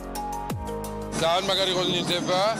მეგონა რომ არ ვარ თბილისში, რაც თავარია, ხარისხიანი გემოვნებიანი და პროფესიონალების მიერ ორგანიზებული ძალიან საინტერესო კონცეპტუალური საღამო იყო და იმედია რომ ეს გამოცხება ძალიან ბევრს კიდევ შთა აგონებს და ჩაებმებიან ამ არაჩვეულებრივ იდეაში. წარმატებებს უსურვებ საქართველოს ბანკს და ყველა მონაწილეს. ბანკის მომხმარებლებს უნიკალური გამოცდილებებით სარგებლობა თვეში ერთხელ შეეძლებათ. პლუსქულების დაგროვება კი მარტივად, თქვენი საკრედიტო ბარათის მეშვეობით ნებისმიერი გადახდის შემთხვევაში ხდება.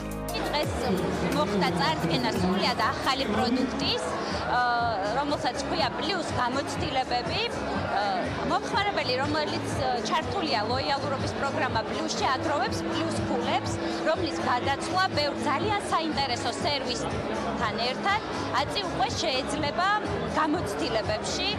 თუ კი ერთხელ მაინც ადამიანს უოცნებია გახდეს, ან მოირგოს დეტექტივის პროფესია, ან ანძაზე მოიწყოს პაემანი რუბლებთან, პლუს გამოცდილებები სწორედ მისთვისაა, ნებისმიერ მომხმარებელს შეუძლია ამიერიდან პლუს ქულები გადასცვალოს პლუს გამოცდილებებში. თუმცა ეს ყველაფერი არ არის საქართველოს ბანკის მომხმარებლებს პლუსქულების გადაცვლა სხვადასხვა საჩუქრებზე, უფასო მგზავრობებზე, კომუნალური მომსახურებების გადახდაზე, ასევე მობილური ავანსის შევსებაზე შეუძლიათ. მაგრამ თუ აღმოაჩინეთ, რომ ბენზინგასამართ სადგურზე საწვავის დამატება გსურთ, ან სუპერმარკეტში, აფთიექსზე და კვების ობიექტში პროდუქციის შეძენა, პლუსქულები აქაც გამოგადგებათ.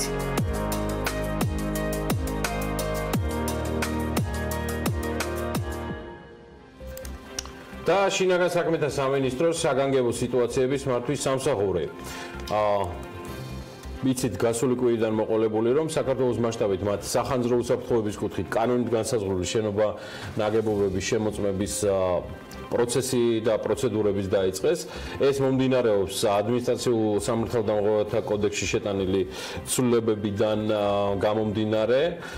სახანძრო უსაფრთხოების შემოწმებას დაექვემდებარა თითქმის მოდესები თუ თითქმის ყველა შენობა ნაგებობა და ასევე ძალიან მნიშვნელოვნად არის გაზრდილი სანქციებიც. სახანძრო უსაფრთხოების წესების და პირობების შესახებ ტექნიკური რეგლამენტის მოთხოვნის დარღვევან შეუსრულებლობა სწორედ ამ სანქციების ზრდის შემდეგ 500-დან 10,000 ლარამდე ჯარიმას ითვალისწინებს. ჯერ მხოლოდ რამდენიმე დღეა რაც შემოწმების პროცესი მიმდინარეობს, თუმცა საინტერესო არის თუ არა შესაბამისი სამსახურის მხრიდან კანონდარღვევები გამოვლენილი და რის მიხედვით მოწმდება შენობები. სწორედ ამ თემაზე ვისაუბრეთ ჩვენ შემდეგ სტუმართან, როინ ვარშანიძე, საგანგებო სიტუაციების მართვის სამსახურის ზედამხედველობის დეპარტამენტის უფროსი შემოგვიერთდა საქმიანის ეთერში. მოგესალმებით, მადლობა რომ ხარჯვებთან ერთად. საუბრის ბოლოს აუცილებლად მცირე სტატისტიკაზე გითხავთ, მაგრამ მინდა დავიწყოთ ჯერ რას ამოწმებთ, რის მიხედვით ამოწმებთ და რომელ შენობებს ამოწმებთ ამ ინფორმაციით. მოგესალმებით, მოგესალმებით გასმაყურებელს. ჩვენ ბუნებრივია ვამოწმებთ სახანძრო სისტემებს, უსაფრთხოების სისტემებს, საევაკუაციო გეგმებს იმ ობიექტებში, რომლებიც ჩვენს ზედამხედველობას არიან დაქვემდებარებული და არიან შესაბამისად გვაქვს ვალდებულება აღნიშნულ ობიექტებზე გამოავლინოთ ხარვეზები, დარღვევები, მივცეთ შესაბამისი რეკომენდაციები. და მეტად უსაფრთხო გავხადოთ ჩვენი მოქალაქეების და მოსამსახურეების ყოველდღიური ყოფა-ცხოვრება. ეს შემოწმების პროცესი, სამ ეტაპად იყოფა. პირველი ეტაპი არის დეტალური შემოწმება, რაც ქვეყნის მასშტაბით დავიწყეთ და გვაქვს 2019 წელს გაწერილი გეგმა, რის საფუძველზე ჩვენ ქვეყნის მასშტაბით საერთო სურათი უნდა გქონდეს, თუ რა მდგომარეობაშია. 15,000-მდე შენობა არის ჩვენს ბაზებში. დღევანდელი დღის მონაცემებით, თუმცა ჩვენ ვფიქრობთ, რომ აღნიშნული რიცხვი გაიზრდება, იმიტომ რომ ძალიან ბევრი ობიექტი 15,000 ობიექტი შემოწმება უნდა მოასწროთ 2019 წელს. ამ კუთხით დაგეგმილია რეორგანიზაცია სამსახურშიც, მიმდინარეობს პარალელურ რეჟიმში აღჭურვა დეპარტამენტის შესაბამისი ტექნიკა. დღეს რამდენი ადამიანი არის გათვლილი, რომ რამდენი ადამიანი მუშაობს, ვინც ეს 15,000 შენობა უნდა შემოწმოს? 45 ადამიანი არის ამჟამად რაოდენობა ჩვენი მოსამსახურეების, თუმცა ჩვენ უკვე თქვენ როგორც მოგეხსენებათ 1 იანვრიდან საგანგებო სიტუაციების მართვის სამსახური შევიდა შინაგან საქმეთა სამინისტროს შემადგენლობაში, როგორც დიახ სახელმწიფო საქვეუწყებო დაწესებულება. იქიდან გამომდინარე ჩვენთან იგეგმება როგორც სტრუქტურული, ასევე რეორგანიზაციები და საჭიროა შესაბამისი ნორმატიული აქტების მიღება დამატებით. ბუნებრივია ჩვენ ამ პროცესში უკვე თითქმის დასრულების ფაზაში ვართ გადასული და რამდენი ადამიანი დაგყავდეთ მთელი საქართველოს მასშტაბით 15,000 შენობა რო შეამოწმოთ ერთ წელიწადში? 45-ზე მეტი. ბუნებრივია 45-ზე მეტი უნდა იყოს, თუმცა მაგრამ აი ამ რასაც ახლა ამუშავებთ, რამდენ ადამიანზეა გათვლილი და გადამზადება რამდენ დროს მოითხოვს, ანუ რამდენ ხანში გეყოლებათ და რამდენი ადამიანი გეყოლებათ სრული სტაფი, რომელიც აი ამ რაოდენობას გაწმდება? ჩვენ რასაც გეგმავთ, ვფიქრობთ, რომ სადღაც 20,000 ობიექტის არსებობის შემთხვევაში ამჟამად 65 ვთქვათ თანამშრომელის პირობებში ჩვენ შევძლებთ ამ კონკრეტული შემოწმების პროცესის დაძლევას, თუმცა სამსახურში ასევე გვაქვს შესაბამისი ხელშეკრულებით აყვანის საშუალება, რა მოთხოვნილებებიც გაჩნდება, რა საჭიროებაც იქნება სამინისტრომ სად არის ნებისმიერი ღონისძიება მიიღოს, რომ ჩვენ გეგმით დასახულ პროცესს ბოლომდე უპასუხოთ და გავყვეთ. აი დაახლოებით ბოდიში გიორგი, ერთი შენობას რა დრო ჭირდება შემოწმებისთვის და ერთი ადამიანი ამოწმებს თუ ორი ერთად მუშაობს? ჯგუფში არის ორი ადამიანი შესაბამისი აღჭურვილობით, ავტოტრანსპორტით და შენობას, რომლის შემოწმებასაც ჩვენ დავიწყებთ, გააჩნია შენობის მასშტაბებს, სირთულეს. შენობას ხომ დაინახავთ და აი როგორ ირჩევა შენობა? ეგეთად ჩვენ არ ვარჩევთ შენობებს, გეგმის მიხედვით მივყვებით და გეგმაში ვთქვათ, ეს არ არის, რომ აი აქედან დავიწყოთ ან აქედან.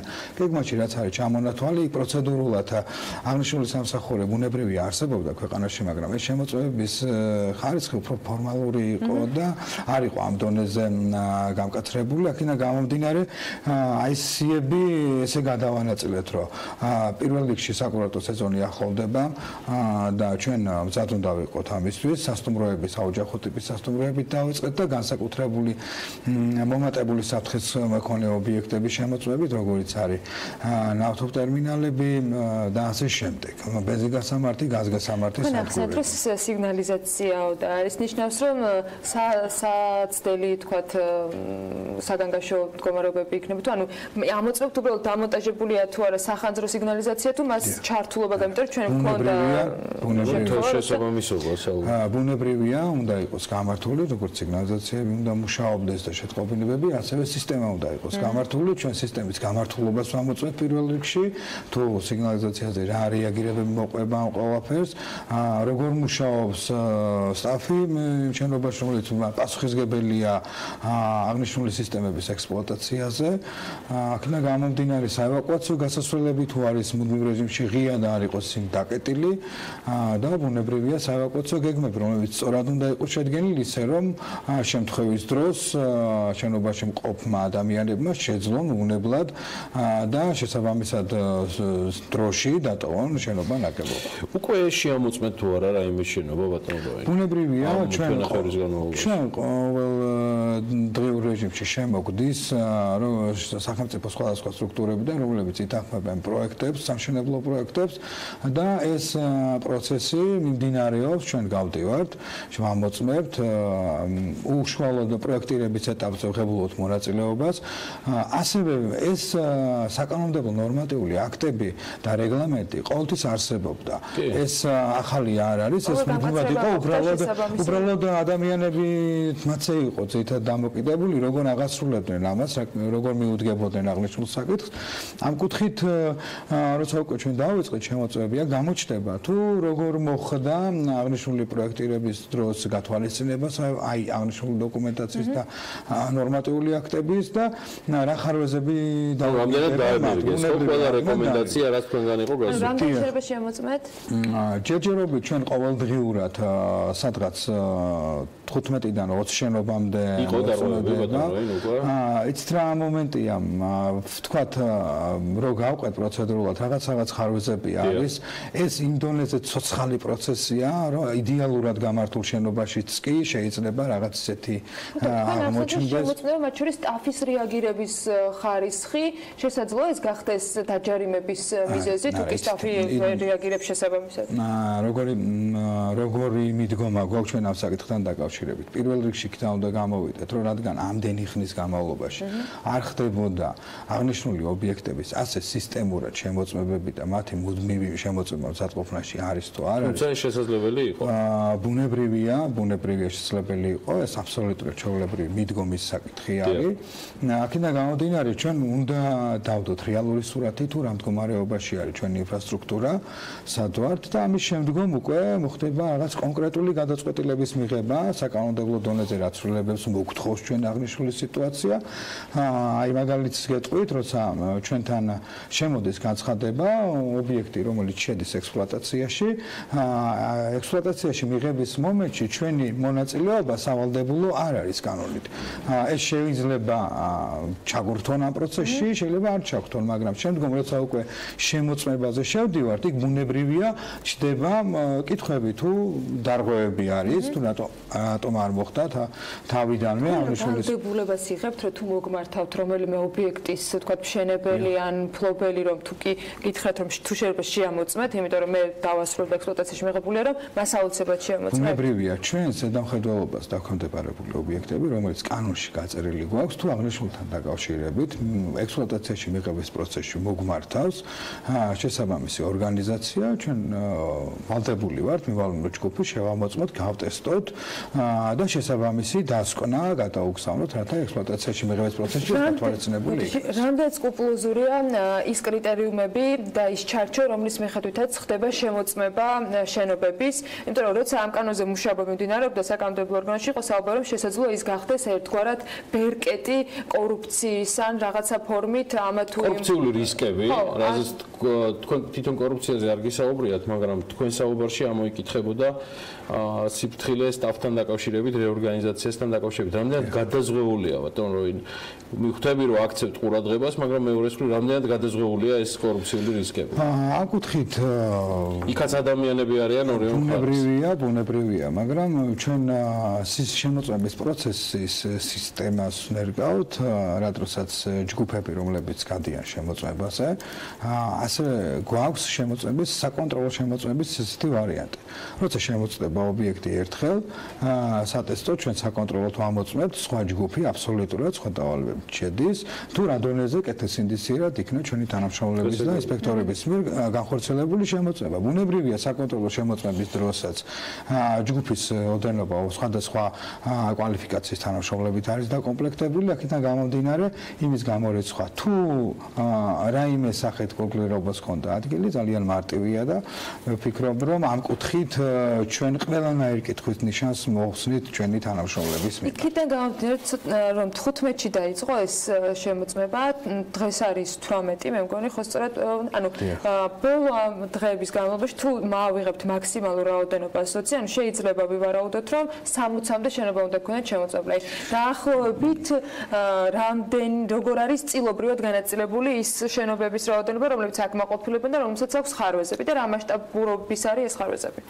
ბუნებრივია, გამოვლინდა ხარვეზები, იყო ობიექტები, რომელსაც იდეალურად არის მოწესრიგებული სახანძრო უსაფრთხოების სისტემები. ჩვენ ერთი ესეთი პრაქტიკაც უნდა დავნერგოთ, რომ ობიექტზე შედგენილი დასურათებული დოკუმენტაცია შემდგომ მოდის დეპარტამენტში, განვიხილავთ, აქ ამ პროცესში ჩართულია ხელმძღვანელი რგოლიც, პირადად ჩვენ მონაწილეობთ ამ პროცესში, რომ არ მოხდეს მიწერილობის დროს, დასკვნის შედგენის დროს რაიმე დარღვევა, სუბიექტივიზმი, აქედან გამომდინარე, შემდგომ ჩვენ პოსტით უგზავნით, პოსტის საშუალებით უგზავნით მეპატრონეებს, შესაბამის დასკვნებს, ვადები დადგენილია შემოწმებიდან, გააჩნია ობიექტს, მის სირთულეს, იმიტომ რომ ზოგიერთი ობიექტის მიწერილობის დასკვნის დადებისთვის საკმაოდ გაცილებით მეტი დროა, ვიდრე ჩვეულებრივი საოჯახო ტიპის სასტუმრო შემოწმების შემთხვევაში და მათ ეძლევათ ბუნებრივია ეს პროცედურები არ დაკლით მე საკანონმდებლო აი ამ პუნქტებით და მუხლებით ეს პროცედურები გაწერილია შესაბამის ნორმატიულ აქტებში შემდგომში მათ უფლება აქვთ რომ გაასაჩივრონ აღნიშნული მიწერილობა ჩვენთან სასახურში სადაც უკვე მეპატრონესთან ერთად განვიხილავთ აღნიშნულ საკითხს ანუ საბოლოო ჯამში რა თემაზე შევჭერდებით ბუნებრივია ასევე რჩება კიდე სხვადასხვა ინსტანციები საბოლოო ჯამში როგორც მეპატრონეს ასევე სამსახურს აქვს უფლება მიმართოს სასამართლოს ობიექტის დახურვასთან დაკავშირებით, ასევე მეპატრონის აქვს უფლება გაასაჩივროს, ანუ საწარმოოს ხელმძღვანელს აღნიშნული გადაწყვეტილება, ანუ გვაქვს ესეთი დამოუკიდებელი ჯერჯერობით, ანუ არ არის ეს 3-4 დღიანი ვადა საკმარისი იმისთვის, რომ რაიმე სახის თქვა ბუნებრივია, მე ვფიქრობ ამას ჩვენ უკვე მონაცემებზე და სტატისტიკაზე, სურათს ქვეყანაში არსებული სიტუაციის მიხედვით რომ ვისაუბროთ, ამას რამოდენიმე თვე დაჭირდება და იქ უკვე შეგვეძლება ჩვენ რეალურად ვიცოდეთ სად უნდა წავიდეთ, რა კუთხით გვაქვს უფრო გამოსაკვეთი აღნიშნული ღონისძიებები. სულ რამდენიმე კვირის დანიშნულია და საინტერესო შედგა საუბარი ძალიან. მე მაყოფილი ვარ როინ ვაშანიძესთან. იგი საგანგებო სიტუაციების მართვის სამსახურის ზედამხედველობის დეპარტამენტის ხელმძღვანელია. ეს სამსახური თვითონაც ახსენა საუბარში. სულ რამდენიმე კვირა არა, უпростоრად ეს თვენახევარია, რაც გადავიდა უკვე შინაგან საქმეთა სამინისტროს დაქვემდებარებაში სრულად და იმ რეორგანიზაციის შედეგად მასთან საუბარს მოკლედ ყველას ვინც გაინტერესებთ და უნდა გაინტერესებდეთ როინ ვაშანიძესთან სულ რამდენიმე წუთში ვიდეო ვერსიას bm.gz-ზე ნახავთ. სხვა შორის ბატონი როინი არის მესამე ადამიანი, ვისაც ამ სამსახურიდან ვიცნობ. მიშა ფეიქრიშვილი, აგერ როინ ვაშანიძე და ნუ ახლა ყველას ყავს თავისი პირადი ივანიშვილი და მეც მყავს მათ შორის. ეს ნიკა ივანიშვილია, ხო და გენასვალეთ თქვენ ყველაზე მაგარი ხალხი ხართ ამ სამსახურში და მარტო ძიმე დროს არ უნდა გვახსენდებოდეს საგანგებო სიტუაციების მართვის სამსახური. წარმატებებს გისურვებთ. მადლობა. ნიკუშ, მიშა, აბა თქვენ იცით, მაგრად იყავით. გავალთ რეკლამაზე, რომის გავაცილებთ ახლა. ვებზადებით კიდევ ერთი ძალიან საინტერესო საუბრისთვის. ჩვენი პარტნიორი, სადაზღვევო კომპანია GPI Holding-ი და კიდევ ერთ მასშტაბურ აქციას აანონსებს და სწორედ მის წარმომადგენლებთან გავაგრძელებთ საუბარს.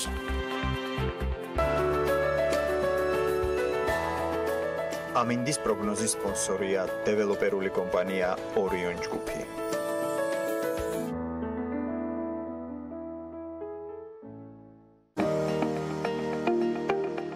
ამინდის პროგნოზის სპონსორია სადაზღვევო კომპანია უნისონი.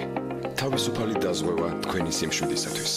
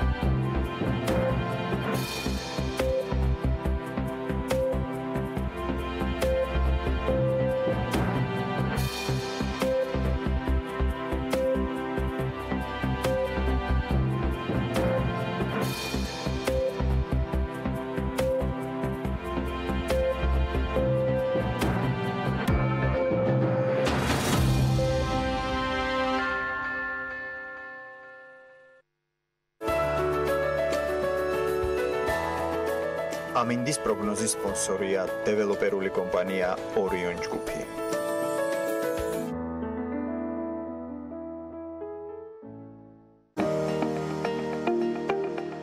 ამინდის პროგნოზის სპონსორია სადაზღვევო კომპანია უნისონი.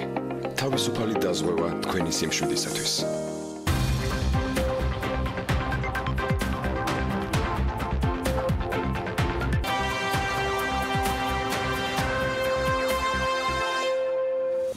სადაზღვევო კომპანია GPI ჰოლდინგი კიდევ ერთ მასშტაბურ დასაქმების პროგრამას აცხადებს. პროექტის ფარგლებში 300 საცალო გაყიდვის სპეციალისტის აყვანა იგეგმება. ფორუმი 22-23 თებერვალს თბილისში ჩატარდება და მასში მონაწილეობის საშუალება ნებისმიერ დაინტერესებულ პირს ექნება.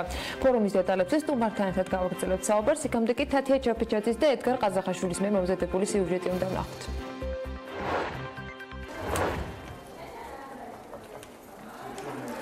გამარჯობა ბატონო ვახტანგ, ნინო ვარ გვილავა GPI-დან. პირველ საათზე გვაქვს შეხვედრა ჩანიშნული. ხომ არაფერი შეცვლილა? კარგით შეხვედრამდე. ნინო გვილავა GPI ჰოლდინგის გუნდს 2017 წელს ჩატარებული დასაქმების ფორუმის შემდეგ შეუერთდა. მისი ძირითადი საქმიანობა პოტენციური მომხმარებლების მოზიდვა და მათზე მორგებული შეთავაზებების გაკეთება.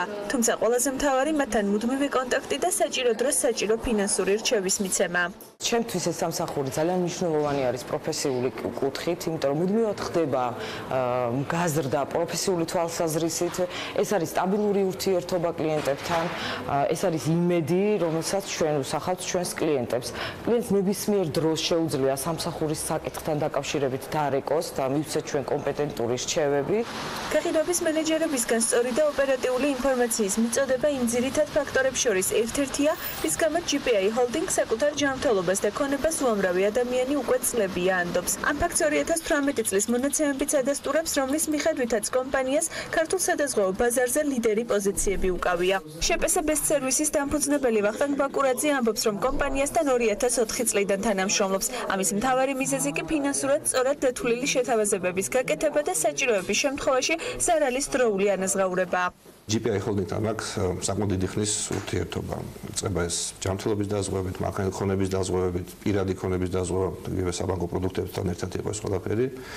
თავისთავად კმაყოფილება საკმაოდ მაღალი არის, მაგრამ ყოველივე ეს დამოკიდებული არის ესე გაყიდვების მენეჯერზე რა მხრივ რომ ჯერ ერთი პირველში ინფორმაცია მოგაწოდოს სწორად სწორად დაგითვალოს და კარგი შემოთავაზება გაკეთოს ფინანსური და შესაბამისად როცა მოხდება რაღაცა ზარალი, ისედაც ასევე გაყიდვების მენეჯერი არის ჩართული ამ პროცესში, რომ სწრაფად ოპერატორ და კლიენტისთვის სასიამოვნო და ვთქვათ ეფექტურად მოახდინოს ყველაფერი. ნინოს მსგავსად სადაზღვევო ინდუსტრიაში საკუთარი კარიერული წინსვლის საშუალება წელს დამატებით კიდევ 300-მდე პირს მიეცემა. 22 და 23 თებერვალს GPI ჰოლდინგი დასაქმების ფორუმს გამართავს. შერჩეულ კანდიდატებს კომპანია გადამზადების უფასო პროგრამას და სწავლების პირველივე დღიდან ანაზღაურებად სამსახურს თავაზობს. ჩვენ დაინტერესებულ კანდიდატებს თავაზობთ ერთის მხრივ მომზადების გრძელვადიან კურსს, რომელიც 6 თვის განმავლობაში გრძელდება და არის პირველივე დღიდან ანაზღაურებადი.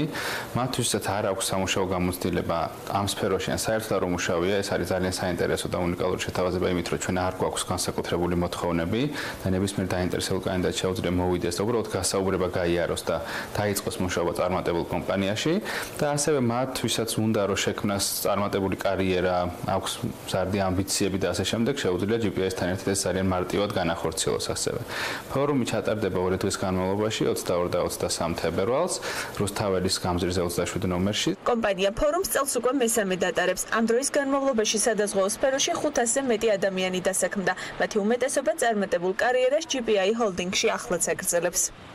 რაც შესაძლებლობა, რომლის გამოყენებაც ძალიან ბევრმა უკვე შეძლო გასული წლების პრაქტიკის გათვალისწინებით აქტიურობა ამ პროექტს წელსაც არ მოაკლდება, ამაში რაღაც ცალსახად ვარ დარწმუნებული და მაინც ვის შეუძლია დასაქმების ამ მასშტაბურ შეთავაზებაში ჩართვა, რა უნდა გაითვალისწინონ დაინტერესებულმა ადამიანებმა, კიდევ უფრო მეც ჩვენი სტუმრისგან შევიტყობთ, რომელთანაც საუბარს ტრადიციულად გავაგზავნებთ, რა დაგვაკლდა ამ სიუჟეტიდან გამომდინარე, რომლის ერთ-ერთი რესპონდენტი თავად ვახო კორძაიაც იყო, იგი GPI ჰოლდინგის გაყიდვების დირექტორის მოადგილეა. ვახო, დილოშიტოვის. გამშვიდობის. იხარიან რომ ხართ ჩვენთან ერთად. ასევე. ისტორია ერთგვარად უკვე არის ძალიან, როგორ ვთქვა, დამაჯერებელი ამ ფორუმებისა.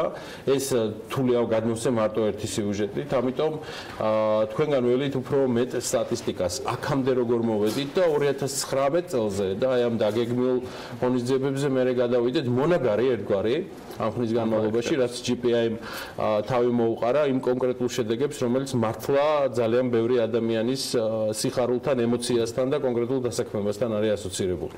რუსთაველი ძალიან ბევრი ადამიანის ცხოვრება და კარიერა შეცვალა ამ პროექტებმა. პირველ რიგში მინდა ვთქვა, რომ ეს ძალიან მიხარია, რომ ტრადიციას არ ვარღვევთ და ისევ თქვენი ეთერით. TV პირველი საუბრობთ ნომერ პირველი სადაზღვევო კომპანიის უნიკალურ პროექტზე, რომელიც სამუშაო მაძიებლებს მართლაც გამორჩეულ შესაძლებლობას აძლევს, რომ დაიწყონ მუშაობა წარმატებულ კომპანიაში და დაეუფლონ ყველაზე მოთხოვნად პროფესიას. ეს სიახლე აღარ არის, რომ გაყიდვები არის ყველაზე მოთხოვნადი და პოპულარული სამუშაო პოზიცია, რომელიც ყველა კომპანიას ჭირდება პრინციპში და არის პროფესია, რომელიც არსად არის სწავლება. ანუ ეს არის ძირითადად გამოცდილებაზე დაფუძნებული, რომელიც შეუძლია ამათ იმ კომპანიას თავის თანამშრომელს გაუზიაროს და ასწავლოს ან სხვადასხვა ტრენინგ კურსების საშუალებით აითვისონ.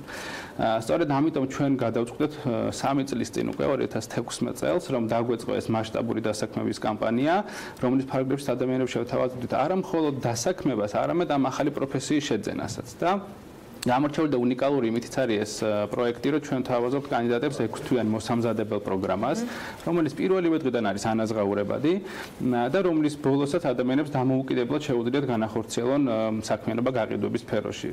GPI ჰოლდინგში პირველ რიგში და ასევე ჩვენი გამოცდილებით ამ პროექტებიდან გამომდინარე რაც წინა წლებში განახორციელეთ, შრომის ბაზარზე ძალიან ბევრი კანდიდატი მომზადდა, რომლებიც GPI-ის შემდგომ შეიძლება სხვა კომპანიებში აგრძელებენ მუშაობას. აი სწორედ ეს სტატისტიკასთან დაკავშირებით ვახსენე ეს, იმიტომ რომ ჩვენ დაახლოებით 500-მდე კანდიდატი ავიყვანეთ 2016-2017 წლებში, რომელთა 70% დღეს GPI ჰოლდინგში მუშაობს, თუმცა ნაწილი, ვისაც მანამდე გამოცდილება არ ჰქონდა, არ მუშაობდა ოჯახს ული და ასე შემდეგ, დღეს GPI-ში თუ არა სხვა კომპანიაში მაინც აგრძელებს მუშაობას, რაც ამ პროექტს ძენს ერთგვარი სოციალური პასუხისმგებლობის ელფერსაც და ძალიან მნიშვნელოვანია. ძალიან მომწონს, როცა ესეთი შეწყობების შესახებ საქმიანობის ეთერში ვსაუბრობ და ზოგადად BMG ასეთ თემებზე საუბრობს, იმიტომ რომ ეს არის ბევრისთვის საინტერესო, აქ არ არსებობს ასაკობრივი შეზღუდვა. ეგ იყო ერთ-ერთი მთავარი გზავნილი ასეთთან დაკავშირებით, რომ ნახეთ რამდენიმე ხანში შეცვლილი საკმაოდ ასაკოვანი ადამიანი და მე მახსოვს წინა სტუმრობას ამბოლიშვილის გალბატონებო და ბატონებო, რომ გარდა იმისა, რომ ეს ადამიანები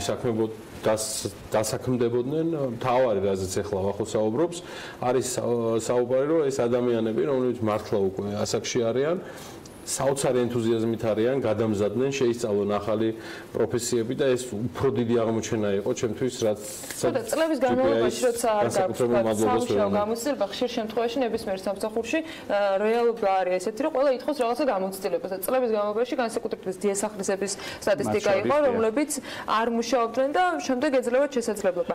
ჯამურად რამდენი ადამიანი არის 2016 წლიდან გადამზადებული და წელს დაემატება კიდევ 300 ადამიანი კი. სწორედ ეს იყო ერთ-ერთი და არის კიდე დღემდე ერთ-ერთი რაც გამოარჩევს ამ პროექტს ყველაზე მეტად რომ არ არის შეზღუდვები გამოცდილებაში, განათლებაში და მთავარი რაც ახსენეთ ასაკში, რამაც შემიძლია ხმამაღლა ვთქვა რომ შრომის ბაზარზე გეოგრაფიულ არეალში კიდევ ერთი ცხადია. არანაირი დისკრიმინაცია მოკლედ, კარი ღიაა ფართოდ და ამან შეცვალა კიდევაც შრომის ბაზარზე დამოკიდებულებები, რადგან პირველები ვიყავით, ვინც თქვით რომ ფინანსურ სექტორში არა მხოლოდ სტუდენტები და ახალგაზრდები, რომლის საწინააღმდეგო ცხადი არაფერი გვაქვს და პირიქით ძალიან პერსპექტიულები და ამბიციურები არიან, არა მხოლოდ ეს ხალხი, არამედ ასევე საშუალო და ზედა ასაკის ადამიანები შეიძლება იყვნენ წარმატებული და ჩვენ ამ შესახებ ბევრ აუდიტორიასთან ვისაუბრეთ და გაგვიხარია რომ ბევრი მიმდევარიც გამოგვიჩნდა, ასე ვთქვათ, ანუ მაგალითი აღმოჩნდა სხვებისთვის. და სწორედ ამიტომ წელსაც ამ მიმართულებით ვფიქრობთ რომ გავაგზავნოთ, თუმცა ასევე როგორც ვახსენე, ჩვენი კარი ღია ახალგაზრდებისთვისაც, ვინცაც აქვს ამბიციური გეგმები და მოთხოვნები და სურს კარიერული რესტარტი ან წარმატებულ კომპანიაში სწრაფი ზრდა და განვითარება. რაც შეეხება ციფრებს, 2016 წელს 212 ადამიანი ავიყვანეთ, 2017 წელს 365 და წელს უკვე 300 სამუშაო ადგილი გვაქვს გამოცხადებული მხოლოდ თბილისში. თუმცა ასევე ჩვენ გვაქვს ფილიალები ფოთში, ზუგდიდში, ქუთაისში და ბათუმში, სადაც დაინტერესებულ კანდიდატებს შეუძლიათ მიმართონ ჩვენს ფილიალებს. ეს მოიცავს ეს 6 თვიანი გადამზადების კურსი, რა შესაძლებლობა ჩნდება სწავლის ნაწილში, ვინ არიან ის მენტორები, ვინც გადაამზადებენ ამ ადამიანებს და რა ფორმით ხდება რეალურად გადაცემა ცოდნის, რომ უნარების უფრო მეტად ალბათ, რომელიც ამ ადამიანებს მომავალში გამოადგებათ. ჩვენ ბევრი ვიფიქრეთ იმ შესახებ, როგორ უნდა ყოფილიყო ეს სწავლის პროცესი, რაც შეიძლება ეფექტური გამოსულიყო და ინტეგრირება მოახდინოთ თეორიული და პრაქტიკული სწავლის, ეგრეთ წოდებული სამუშაო ადგილზე სწავლების, რომელსაც უძღვება მენტორი. მენტორი არის გამოცდილი კადრი გაყიდვებში, თანამშრომელი, ვინც რამდენიმე წელი უკვე გაყიდვებში მუშაობს და წარმატებულ თანამშრომლად ითვლება და ხშირად გაყიდვების თანამშრომლებს უჩნდება შემდგომ მოთხოვნილება, რომ უკვე სხვებს გადასცენეს გამოცდილება, იმიტომ რომ არ არის მარტივი პროფესია და გაზიარება უკვე გეხმარება ზრდაშიც პირადად. მენტორები არიან მოკლედ გამოცდილი ადამიანები, ვინც ასწავლიან საკუთარ გამოცდილებაზე დაყრდნობის და საუკეთესო პრაქტიკების გათვალისწინებით, რითი უნდა დაიწყო მუშაობა, რომ მალე მიაღწიოს სასურველ შედეგს და მალე გახდე წარმატებული გაყიდვებში. ეს მოიცავს ტრეინინგებს ზოგადად გაყიდვების უნარებში, სადაზღვევ პროდუქტებში, ასევე სხვადასხვა, ასე ვთქვათ, უნარებში, რაც მნიშვნელოვანია გაყიდვებისთვის, ეს იქნება კლიენტთან კომუნიკაცია, კონფლიქტების მართვა და ასე შემდეგ. ეს 6 თვის განმავლობაში ხდება გარკვეული პერიოდულობით, ორ კვირაში ერთხელ, თვეში ერთხელ სხვადასხვა ტრეინინგების სახით და დანარჩენი პერიოდი ჩვეულებრივად სამუშაო პერიოდია, რომელიც ანაზღაურებადია, ხოლო 6 თვის თავზე უკვე, ასე ვთქვათ, სრულად ლიცენზირებული გაყიდვების დაზღვევის გაყიდვების თანამშრომელს ვებულობთ.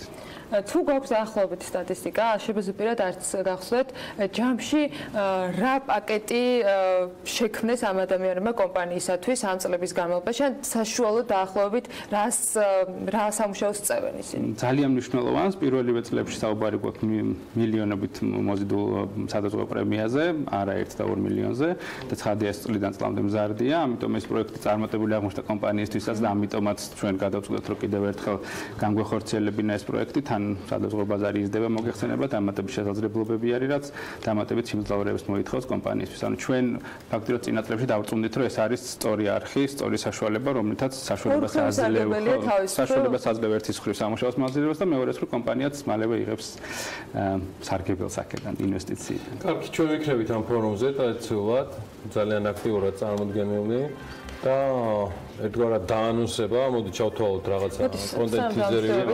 ერთ მოკლე კითხვას ტექნიკურს, როგორ უნდა დარეგისტრირდნენ, როგორ უნდა მოხვდნენ ფორუმზე, ეს მნიშვნელოვანი ნაწილი არის.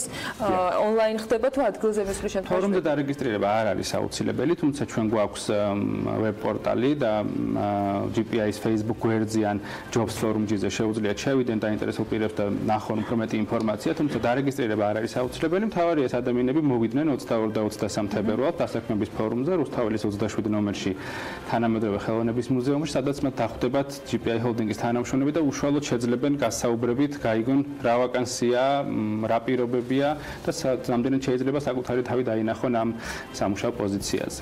მხოლოდ პირადობის მოწმობა უნდა იქონიონ თან, ასევე არაფერი განსაკუთრებული მოთხოვნები და დოკუმენტების წარმოდგენა არ არის საჭირო, მთავარია მონდომებულები იყვნენ, მოტივირებულები და დაარწმუნონ GPI-ის თანამშრომლები, რომ ეს სამუშაო მათთვის არის და მათ სურთ შექმნა წარმატებული კარიერა GPI-ში. დარწმუნებული ბევრის ინტერესი იქნება 22 და 23-ში ამ მიმართულებით. მადლობა ახალგორდაიას, GPI Holding-ის გაყიდვების დირექტორის მოადგილეს. ჩვენ კი საქმიანი დილას უკვე მარიამ ადამიანთან ერთად გავაგრძელებთ, რომელი ქვეყნები ზარალდებიან Brexit-ის შედეგად, რა ოდენობის ზარალზეა საუბარი, ამ თემაზე კვლევა Heli Institute for Economics Research-ის ექსპერტებმა ჩაატარეს და დაითვალეს შრომითი ბაზრები, რომლებზეც პროცესები ყველაზე ნეგატიურად აისახება.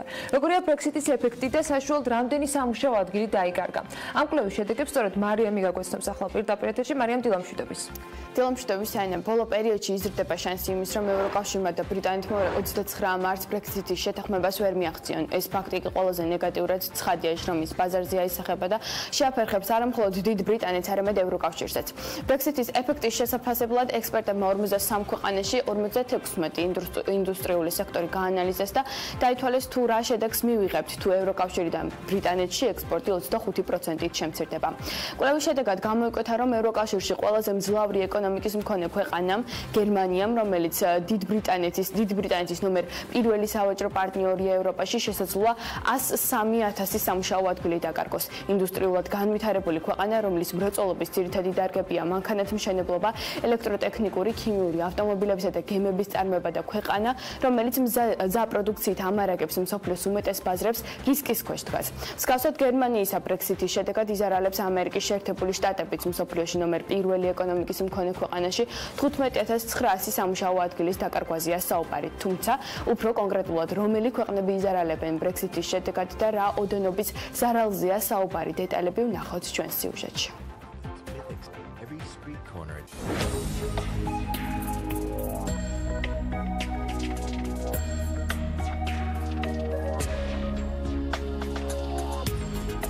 $48,800. ეს ჩინეთში სამუშაო ადგილების რაოდენობაა, რომლებიც რისკის ქვეშ დგანან.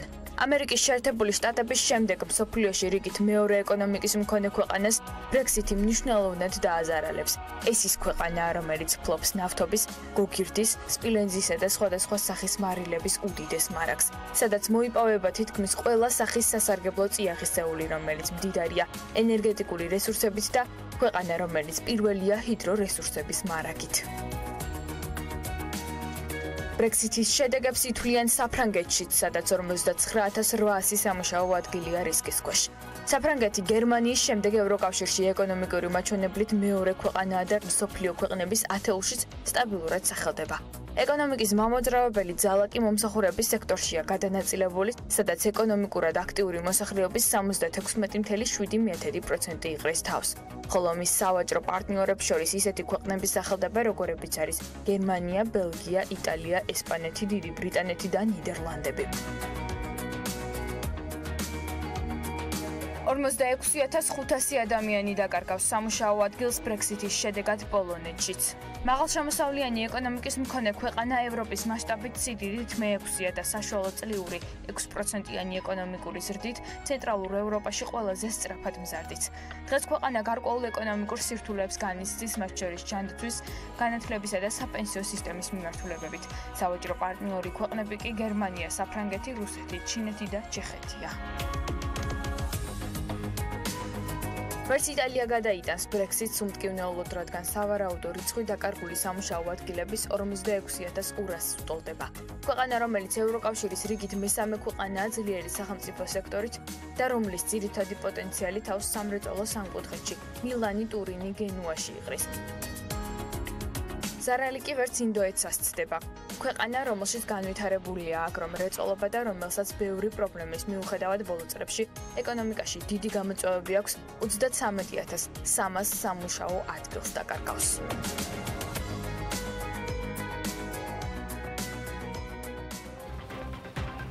გარდა ჩამოთვლილი ქვეყნებისა მნიშვნელოვან ზარალზე საუბრობენ ესპანეთში, ნიდერლანდებში, ირლანდიაში, ბელგიასა და ჩეხეთში. ვაჭრობის სფეროში თავისუფალი ბაზარი რასაკვირველია დარჩება, თუმცა ევროპულ ბაზარზე მოხდება ბრიტანული საქონლის მიწოდების შეწყვეტა, ან ამ უფლებისათვის მათ უფრო მეტის გადახდა მოუწევთ ევროკავშირის ბიუჯეტში. ისევე როგორც პირიქით, ეს პროცესები ძალიან დამაზიანებელი იქნება კონტინენტური ევროპის ქვეყნებისთვისაც. ლონდონი როგორც ფინანსური მეტროპოლი დაკარგავს ევროკავშირთან დაკავშირებულ ინსტრუმენტებსაც, მას ჩამოართმევენ ამ დატვირთვას, რაც რა თქმა უნდა სამუშაო ადგილების შემცირების ხარჯზე მოხდება. ასევე თუ ლონდონი შეუწყუდავს ევროკავშირიდან მიგრაციის პროცესს, ანალოგიურად საწინააღმდეგო დინებასაც უნდა ელოდოს მეორე მხრიდანაც. ჯერ კიდევ უცნობია თუ რომელ მოდელზე შეთანხმდება ბრიტანეთი და ევროკავშირი, თუმცა დღესვე შეიძლება ითქვას, რომ ორივე მხარისთვის ეს მხოლოდ დანაკარგებს ნიშნავს. ბიუროკრატიისთვის კი კოლოსალურ შრომას მისამე ქვეყნებთან მინიმუმ 50 თავისუფალი ვაჭრობის ხელშეკრულება ექნებათ დასადები 80,000 საკანონმდებლო აქტის ჩათვლით. როგორც ჩანს, ბრექსიტის შედეგები მალე დადგება, როგორც ბრიტანული, ასევე ევროკავშირის ეკონომიკებისთვის, რაც სერიოზულ რყევებს, საზიანო ცვლილებებსა და დანაკარგებს გულისხმობს ორივე მხარისთვის. იმედი ვიქონიოთ, რომ ეს არა ფატალური შედეგებით არ დასრულდება საბოლოო ჯამში. მადლობა მარიამს. მარიამ ადამია აგურთებოდა პირდაპირ ეთერში საქმიანი დილის მაყურებლისთვის. კი მცირე სარეკლამო პაუზის შემდეგ კიდევ ერთი ძალიან საინტერესო თემით დაბრუნდებით რამდენიმე წუთში.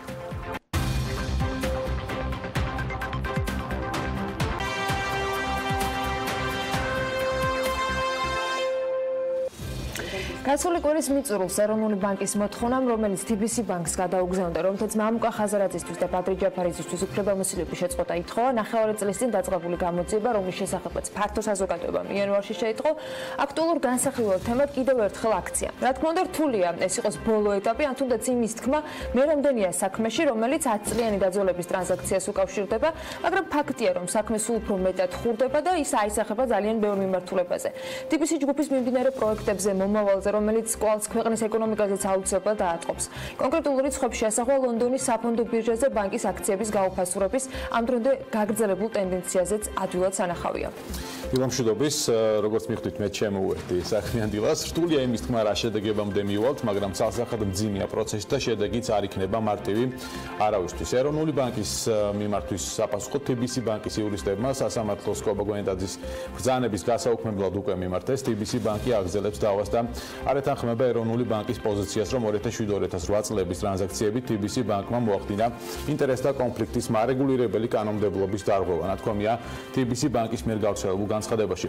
სტუმრებთან ერთად განვაგრძობ თემას. მარიკა არევაძე, ადვოკატი, გიორგი კეპულაძე, საზოგადოება და ბანკების გამგეობის თავმჯდომარე არიან საქმიანი დილის ეთერში. დილამშვიდობის, მოგესალმებით. მადლობა, რომ ხარჯემი გადაცემის სტუმრები. ერთგვარად სამართლებრივად და მეორე მხრივ ფინანსური სტაბილურობის ნაწილში მინდა შევაფასოთ ეს მიმდინარე პროცესი. ქალბატონ მარიკა, თქვენგან დავიწყებთ. სამართლებრივად თქვენ რა კითხვები გაგიჩნიათ პროცესმა, რომლის გამჭვირვალობასთან დაკავშირებით, როგორც მედიას თავის მხრივ ძალიან ბევრი კითხვა აქვს და ბევრ კითხვაზე არ გვაქვს პასუხი. თქვენ როგორც იურის ამ პროცესის მიმდინარეობისას რა კითხვები გაგიჩნიათ და რა ინფორმაციის ნაკლებობა, ან რა კითხვებზე პასუხი მიიღეთ? მოგესალმებით კიდევ ერთხელ. კითხვა ბევრია, იმიტომ რომ არის ძალიან ბევრი ცარიელი, ასე ვთქვათ, სივრცე ამ საქმის ირგვლივ.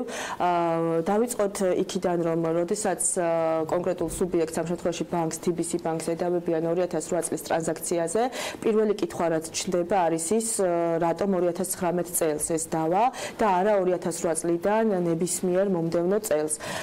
ვინაიდან იმ შემთხვევაში თუ 2008 წლის ტრანზაქცია შეიცავდა რაიმე უკანონო მოქმედებას, მაშინ ეს რამდენიმე ეტაპზე უნდა ყოფილიყო გამოვლენილი, მათ შორის ეროვნული ბანკის მიერ იმავე პერიოდში, დროის იმავე პერიოდში, ვინაიდან ეროვნული ბანკი ამ ტრანზაქციებს ამოწმებს და შემდგომ უკვე, ასე ვთქვათ, თუ კი პრობლემას ვერ ხედავს, ამის შემდგომ აგრძელებს ხო ბანკის საქმიანობას, ჩვეულებრივ საქმიანობას. შესაბამისად, პირველი ალბათ კითხვა რაც მიჩნდება არის ის, რომ თუ კი ეს მართლაც სამართლებრივ პრობლემასთან გვაქვს საქმე და არა უფრო გლობალურ მასშტაბურ და პოლიტიკურ საკითხებთან, მაშინ არიან თუ არა გამოკითხული ეროვნული ბანკის თანამშრომლები, რომლებიც პასუხისმგებელი იყვნენ 2008-2009 წლებში მსგავსი ტრანზაქციების შემოწმებაზე და აპირებს თუ არა გამოძიება ასევე მათი პასუხისმგების საკითხის დაყენებას. ეს ერთი. ვთქვათ, შეიძლება იურიდიულად 10 წელიწადში დაიწყოს რაღაც საქმეზე სამართლებრივი პროცესი. დაუშვათ, შეიძლება, მაგრამ თანმიმდევრულად, რამდენად თანმიმდევრული იყო ეს პროცესი, ანუ ჯერ პროკურატურა შემდეგ ეროვნული ბანკი. ანუ თანმიმდევრულობა არა ჩვენს კითხვებს, რომ ჯერ პროკურატურამ დაიწყო და შემდეგ უკვე წამოვიდა ეროვნული ბანკის საჯარიმო სანქციები და შემდეგ შეიძლებოდა თქვა ჯერ ეროვნულ ბანკს დაიწყო და შემდეგ პროკურატურას დაიწყო ამ საკითხზე გამოძიება. თანმიმდევრულობა ბევრ კითხვის ნიშანს არ აჩენს, ვინაიდან მართალია, როგორც წესი და ჩვეულებრივ ვითარებაში პირველ რიგში ეროვნულ ბანკს უნდა აღმოეჩინა დარღვევა, თუ კი ასეთი იქნებოდა და მას უნდა დაეწყო რეაგირება, ანუ მას გადაეცა უკვე ინფორმაცია საგამოძიებო ორგანოსთვის, რომ შემდგომი რეაგირება მომხდარიყო, თუმცა ერთი მეორეს არ გამორიცხავს ის, რომ შეიძლება ინფორმაცია ჯერ პროკურატურაში შევიდეს, ეს არ არღვევს ასე ვთქვათ მოქმედ კანონმდებლობას, თუმცა ჩვეულებრივ შემთხვევაში და სტანდარტულ ვითარებაში წესით ალბათ ჯერ უნდა აღმოეჩინა დარღვევა ეროვნულ ბანკს მისი შემოწმების პროცესში და მიეწოდებინა ინფორმაცია პროკურატურისთვის. დაგვიანებული რეაქცია საგამოძიებო სასამხედველო უწყებების. თუ დარღვევა არსებობდა, რატომ არის პრობლემური ან კითხვის გამჩენი, თუნდაც 10-11 წლის შემდეგ ყოფილიყო ამასთან დაკავშირებით ძიება დაწყებული ან რეაგირება მოეხდინა მარეგულირებელს? მოდით პირველ რიგში დავიწყოთ ცოტა გავცდების სამართლებრივ შეფასებას, მიცვანერად წარმოუდგენელი ახლა რომ მოგაწოდოთ აზრი, ვინაიდან ჩვენ ყველას კარგად გვახსოვს ალბათ, ცოტა ხნის წინ, წინა საპრეზიდენტო არჩევნების წინ პერიოდში ასე ვთქვათ, როდესაც აშკარა უკმაყოფილება იქნა დაფიქსირებული კონკრეტულად ხაზარაძის მიმართ ივანიშვილის მხრიდან და შესაბამისად ამ პროცესებს ლოგიკური ჯაჭვირო გადავაბათ, იყო მერე დაპირება რომ რაღაც პროცესები დაალაგდებოდა და ამ ყველაფერს მოყვება შედეგად ის რაც მოყვება და აჩენს ეს თავის მხრივ დამატებით კითხვის ნიშნებს და მათ შორის დროსთან დაკავშირებით, ვინაიდან თუ ეს ბმაში არ არის პოლიტიკურ პროცესებთან, მაშინ რატომ დღეს 2010-11 წლის წინანდელი დაიწყო ბევრად ადრე ვიდრე იქნებოდა მათ შორის ეს განცხადება 2018 წლის მაისში გავრცელებული ინფორმაციით 2018 წლის მაისში დაიწყო 10 წლიანი სხვაობა მაინც გამოდის, ვინაიდან სადავო ტრანზაქციები, როგორც მე ვნახე ინფორმაციას გავეცანი 2008 წლის აპრილში იყო ერთი და მეორე მაისში, შესაბამისად 10 წლიანი ვადა არის გასული. თვითონ ხანდაზმულობას რაც შეეხება გააჩნია კატეგორიას დანაშაულის სიმძიმეს იმის მიხედვით, ანუ შესაძლებელია რომ გამოძიება განხორციელდეს და პასუხისგებლობის საკითხიც დადგეს. აქ ერთ მნიშვნელოვანი ნიუანსი მინდა ხაზი გაუსვა. იმ შემთხვევაში თუ დანაშაულის ჩადენას ჰქონდა ადგილი, ბუნებრივია ყველა დანაშაულზე უნდა იყოს ადეკვატური პასუხისგება, მაგრამ არ უნდა იყოს შერჩევითი სამართალი. თუ ეს უბრალოდ გარკვეული პროცესებიდან გამომდინარე, პიროვნული უკმაყოფილებიდან ან სხვადასხვა პოლიტიკური ფაქტორებიდან გამომდინარე პროცესი მიმდინარეობს, მაშინ ეს არის ძალიან დიდი დარტყმა, როგორც ეკონომიკური კუთხით ქვეყნისთვის, ასევე ჩვენი ბიუჯეტისთვის, ვინაიდან თუ არ დამტკიცდა ხვალ ის, რასაც დღეს ედავებიან ხაზარაძეს, მას შეუძლია ზიანის ანაზღაურების კუთხით მიმართოს სასამართლოს და ეს ჩვენს ბიუჯეტს ძალიან ძვირი დაუჯდება და გვაქვს ჩვენ იმის ფუფუნება, რომ ბიუჯეტიდან ამხელა თანხები ვანაზღაუროთ. კითხვის ნიშანი ასევე მიჩნდება თვითონ დანაშაულთან მიმართებით, ვინაიდან იანვარში 2019 წლის იანვარში, როდესაც პროკურატურის მხრიდან გაჩნდა ასე ვთქვათ, დაისვა საკითხი ამ გამოძიებაზე, მაშინ იყო უკანონო შემოსავლების ლეგალიზებაზე, ანუ ფულის გათეთრების საკითხზე, თუმცა დღეს არც პროკურატურა და აღარც ეროვნული ბანკი არ საუბრობს ფულის გათეთრებაზე და საუბარია ინტერესთა კონფლიქტზე ეროვნული ბანკის მიერ ხელმოწერის უფლებამოსილების შეჩერება სწორედ ინტერესთა კონფლიქტის შესაძლო. ეს შეიძლება გამართული იყოს ამ არა, ერთ წამბეკას ეს ნაწილი შეიძლება იყოს გადამწყვეტი, მათ შორის და აუცილებლად გადავიდეთ მე გერგებულადთან. შეიძლება გადამწყვეტი აღმოჩნდეს პირადად მამუკა ხაზარაძის და ბადრი ჯაფარიძისთვის, იმიტომ რომ იყო აღნიშნული, რომ თუ ფულის გადათრების მუხლი დარჩებოდა საქმეში, ის დაძველებას არ ექვემდებარებოდა, ანუ ხანდაზმულობა არ გასდიოდა, მაგრამ სხვა შემთხვევაში შესაძლოა ხანდაზმულობის ვადა გასულიც კი იყოს. აი ამ ნაწილში თქვენთვის დღეს არსებობს თუ არა ზუსტი პასუხი, ეროვნული ბანკი ან პროკურატურა კონკრეტულად რა მუხლით იძიებდა და თუ ის მიმდინარეობს ფულის გადათრების მუხლით, ამ შემთხვევაში გამოძიება იმ მასალებით, რაც არსებობს მედიისათვის ხელმისაწვდომი, რამდენად არის შესატყვისი ისინი ერთმანეთთან. მოდით პირველ რიგში ხაზ გაუსვავ იმას, რომ მე არც სახელმწიფოს წარმომადგენელი ვარ ამ წუთას და არც თიბისი ბანკის ადვოკატი და შესაბამისად საქმის მასალები იმ მასალებზე დაყნობით ვსჯელობთ, რაც ინფორმაცია რაც ვრცელდება და რასაც ვიღებ, იმ ინფორმაციაზე დაყნობით ამ წუთას გაუგებარია ძიება რა მიმართულებით მიდის, ვინაიდან როგორც უკვე აღნიშნა იანვარში საუბარი იყო უკანონო ფულის გათეთრებასთან დაკავშირებით და 13 თებერვალს მწვერვალს ეროვნულმა ბანკმა მოახდინა ხელმოწერის შეჩერების გადაწყვეტილების მიღება ინტერესთა კონფლიქტზე დაყრდნობით, ვინაიდან ეს ოფიციალურად თავიანთ ვებგვერდზე, ეროვნული ბანკის ვებგვერდზე არის ეს ინფორმაცია განთავსებული. შესაბამისად, ისიც რომ ვერ გარკვეულან რას ედავებიან, ესეც დამატებით კითხვის ნიშანს აჩენს. ან ჯერჯერობით არ გვაქვს პასუხები ყოველ შემთხვევაში იმისთვის, რომ ჩვენ მაინც გავარკვევთ. გერგი, ეროვნული ბანკის мотиваცია შესაძლოა იყოს ახსნადი, რატომ თქვათ გადაწყვიტა მან მათთვის ხელმოწერის შეჩერებასთან დაკავშირებით გაეგზავნა წერილი. მეორეს მხრივ იყო თითქოს ესეთი შეფასებები ძირითადად უფრო პოლიტიკური წრეებიდან და მათი მხრიდან ვინც არ ეთანხმება მოსაზრებას, რომ მამუკა ხაზარაძე ასოცირდება თიბისი ბანკთან და ჯგუფი, რომელიც ქვეყნის მთლიანი შიდა პროდუქტის 10%-ს რეალურად ქმნის, ანუ მილიარდიანი კომპანია არის, 13 მილიარდიანი ბიუჯეტის, 12 მილიარდიანი ბიუჯეტის ქვეყანაში, რამდენად არის ერთმანეთზე და ეს პროცესი ჯგუფს რა პრობლემებს შეიძლება უქმნიდეს, ან ეთანხმებით თუ არა მოსაზრებას, რომ ისინი საერთოდ გამიჯნულები არიან. პირველ რიგში დავიწყოთ იმით, რომ ძალიან ბევრი კითხვის ნიშანია ამ საქმესთან დაკავშირებით. ეს კითხვები იმატებს და იმატებს, რაც ძალიან ნოყიერ ნიადაგს ქმნის შეთქმულების თეორიებისთვის, სხვა სპეკულაციებისთვის და ინსინუაციებისთვის. შესაბამისად, ბურთი ამ შემთხვევაში ჩემი აზრით არის ორივე მხარეს, როგორც ეროვნული ბანკის და თქვა ხელისუფლების მხარეს, ასევე თიბისი ბანკის მხარეს, მათ ნათელი უნდა მოფინონ იმას, თუ რა ხდება რეალურად და რა კითხვის ნიშნებიც არის, ამაზე აუცილებლად უნდა გაიცეს პასუხი. წინააღმდეგ შემთხვევაში კიდევ უფრო მეტი შეთქმულების თეორია შეიძლება მოვისმინოთ ჩვენ შემდეგ კვირებში და თვეებში.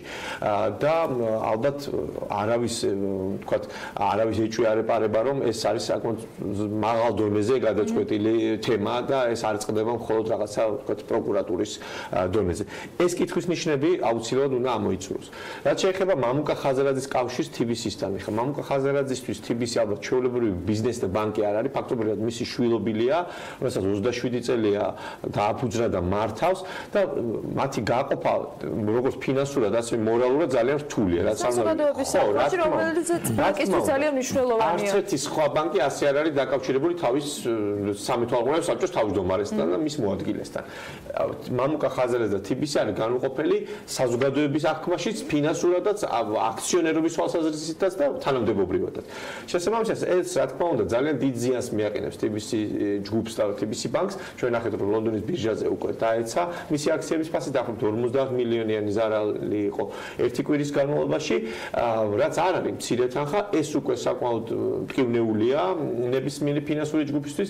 შესაბამისად, ეს პროცესი ასე თუ გაგრძელდა და ეს კითხვები კვლავ დარჩა, ბანკის ზიანი შეიძლება გაგრძელდეს. თუმცა მე შორს ვარ იმ აზრისგან, რომ რაღაც ბანკის მეანაბრებს ან თქვა სესხების პრობლემა შეექმნება. ხო, მე მინდა ვთქვა დავამშვიდო მაყურებლები იმასთან დაკავშირებით, რომ რაღაცა თიბისი ბანკს ამე პრობლემა შეექმნება. თიბისი ბანკი ფინანსურად და ეკონომიკურად საკმაოდ ძლიერია. საკმაოდ რეზერვები აქვს იმისათვის, რომ რა თქმა უნდა, და პრობლემა არ შეექმნება ამ მიმართულებით კაცრად კონტროლდება ასევე ეროვნული ბანკის მხრიდან.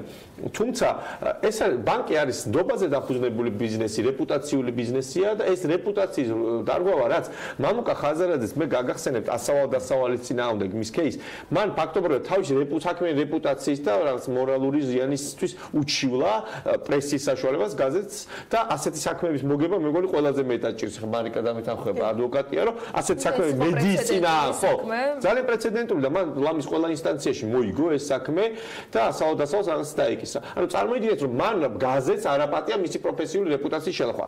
ის რასაც დღეს ვხედავთ, ეს მამუკა ხაზარაძის რეპუტაციის შელახვა კი არა, გაცილებით მეტია, რა თქმა უნდა.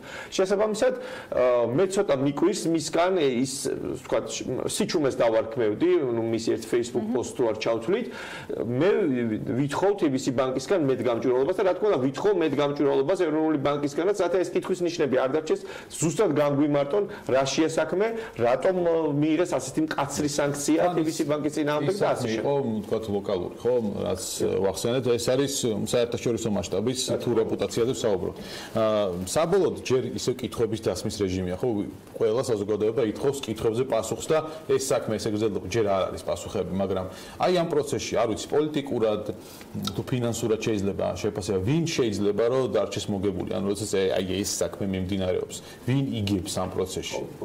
ქვეყანა რომ ერთ-ერთ ვარიანტი ვერ დარჩება მოგებული, ეს ცალსახაა და ამაზე ყველამ უნდა იფიქროს, ყველა მხარემ. როდესაც ვეხებით სისტემურ ბანკს, როდესაც ვეხებით ძალიან მსხვილ ბიზნესს და ადამიანს, რომელიც წლების განმავლობაში იყო სხვა ბიზნესმენებისთვისაც გარკვეულად მაგალითი და რაღაცა ის ლოკომოტივივით თუ ზურგი იყო, აი რა არ ვიცი, აღქმა ასეთი არსებობდა სხვა ბიზნესმენების მხრიდან. ფაქტობრივად ბიზნესს რჩება, განცდა, რომ დაუცველი ფაქტობრივად არავინ არ არის და ყველა შეიძლება საბოლოო ჯამში შეეხონ. თუ ვიღაც გადაწყვეტს ამას, თუნდაც მართველი პოლიტიკური ძალა იქნება ეს თუ რეგულატორი, რა მნიშვნელობა აქვს ამ შემთხვევაში. ამიტომ ეს აღქმა არის საზოგადოებაში და ამაზე უნდა დაფიქრდეს სწორედ ბიზნესი და ამაზე უნდა დაფიქრდეს სახელმწიფოს. თუ სახელმწიფოს აწყობს, რომ ასეთი განცდა და აღქმა არსებობდეს სახელმწიფოში, ქვეყანაში, რომ არავინ დაუცველი არ არის, მაშინ კი ბატონო, მაგრამ დაუცველი ბიზნესისგან საბოლოო ჯამში რასაც მივიღებთ ძალიან კარგად ვიცით, თუნდაც წინა ხელისუფლების პირობებში, თქვათ 2013-12 წლებში, როდესაც არსებობდა აღქმა იმ შესახებ, რომ კერძო საკუთრება დაუცველია, ამა ძალიან დიდი ზიანი მიაყენა ქვეყანას, როგორც პოლიტიკურად, ასევე ეკონომიკურად. შესაბამისად, ეს საკითხი იქნება არა მხოლოდ ეკონომიკურად დამაზიანებელი, ასევე პოლიტიკურად დამაზიანებელიც. რა თქმა უნდა, ეს იქნება დამაზიანებელი მამუკა ხაზარაძისთვისაც, თიბისი ბანკისთვისაც, არავის არ ქონდეს ილუზია, რომ მშრალად ვინმე გამოძვრება ამ ამბიდან. სამწუხაროდ არა და ყველაზე მეტად ქვეყანა დაზარალდება, რადგან ის 50 მილიონი, რომელიც თიბისიმ დაკარგა, აქედან გარკვეული წილი, რა თქმა უნდა, ქვეყანა მას დაკარგა. თიბისი ბანკის და თიბისი ჯგუფის შემოსავლები თუ შემცირდება, რა თქმა უნდა, სახელმწიფოც იზარალებს ამით. და აქ არ უნდა ვიყოთ ისეთ პოზიციაში, რომ რაღაცა გული მოიფხანოს, რომ აი მამუკა ხაზარაძე მდიდარია და ფული დაკარგა და უი რა კარგი. არა, ეს უკვალოდ არ ჩავლის, ეს აისახება ბიზნესის სხვა სექტორებზეც და ამიტომ ყველა ძალიან ყურადღებით იყოს, რომ თავარი რაც ძალიან მნიშვნელოვანია, რომ ქვეყნის ეკონომიკურ განვითარებას არ მიადგეს საფრთხე, რადგან თიბისი ბანკი ძალიან დიდია, მას ყავს მილიონობით მომხმარებელი საქართველოში, შესაბამისად მისთვის შექმნილი პრობლემა შეიძლება იქცეს საქართველოს ეკონომიკისთვის შექმნილი პრობლემა. მე დარწმუნებული ვარ, რომ ამ თემზე კიდევ მოგვიწევს საუბარი და იმედი მაქვს, რომ ის კითხვები, რომელიც მათ შორის კიდევ ერთხელ გაისმა ამ ეთერში, ნაწილობრივ მაინც იქნება პასუხგაცემული ამ მიმართულებით და ადრესატები, რა თქმა უნდა, არიან როგორც ბანკი, ეროვნული ბანკი, პროკურატურა და ყველა ის უწყება, რომელიც ამ საკითხთან დაკავშირებით რაღაც ინფორმაციას მაინც გასცემდა და ეს ინფორმაცია რეალურად არის ძალიან მწირი. მადლობა სტუმრობისათვის. მარიკა არევაძე, ადვოკატი და გიორგი კეპულაძე, საზოგადოება და ბანკების გამგეობის თავმჯდომარე გსტუმრობდნენ. მცირე სარეკლამო პაუზის შემდეგ გავაგრძელებთ ამ თემის კიდევ ერთ მიმართულებაზე, ანაკლიის სპორტის ბედთან დაკავშირებულ საკითხზე და იმ მნიშვნელობაზე, რომელიც ანაკლიის სპორტს საქართველოსთვის აქვს და ექნება მისი მუშაობის დაწყების შემთხვევაში. რამდენიმე წუთში რეკლამის შემდეგ დაგებრუნდებით.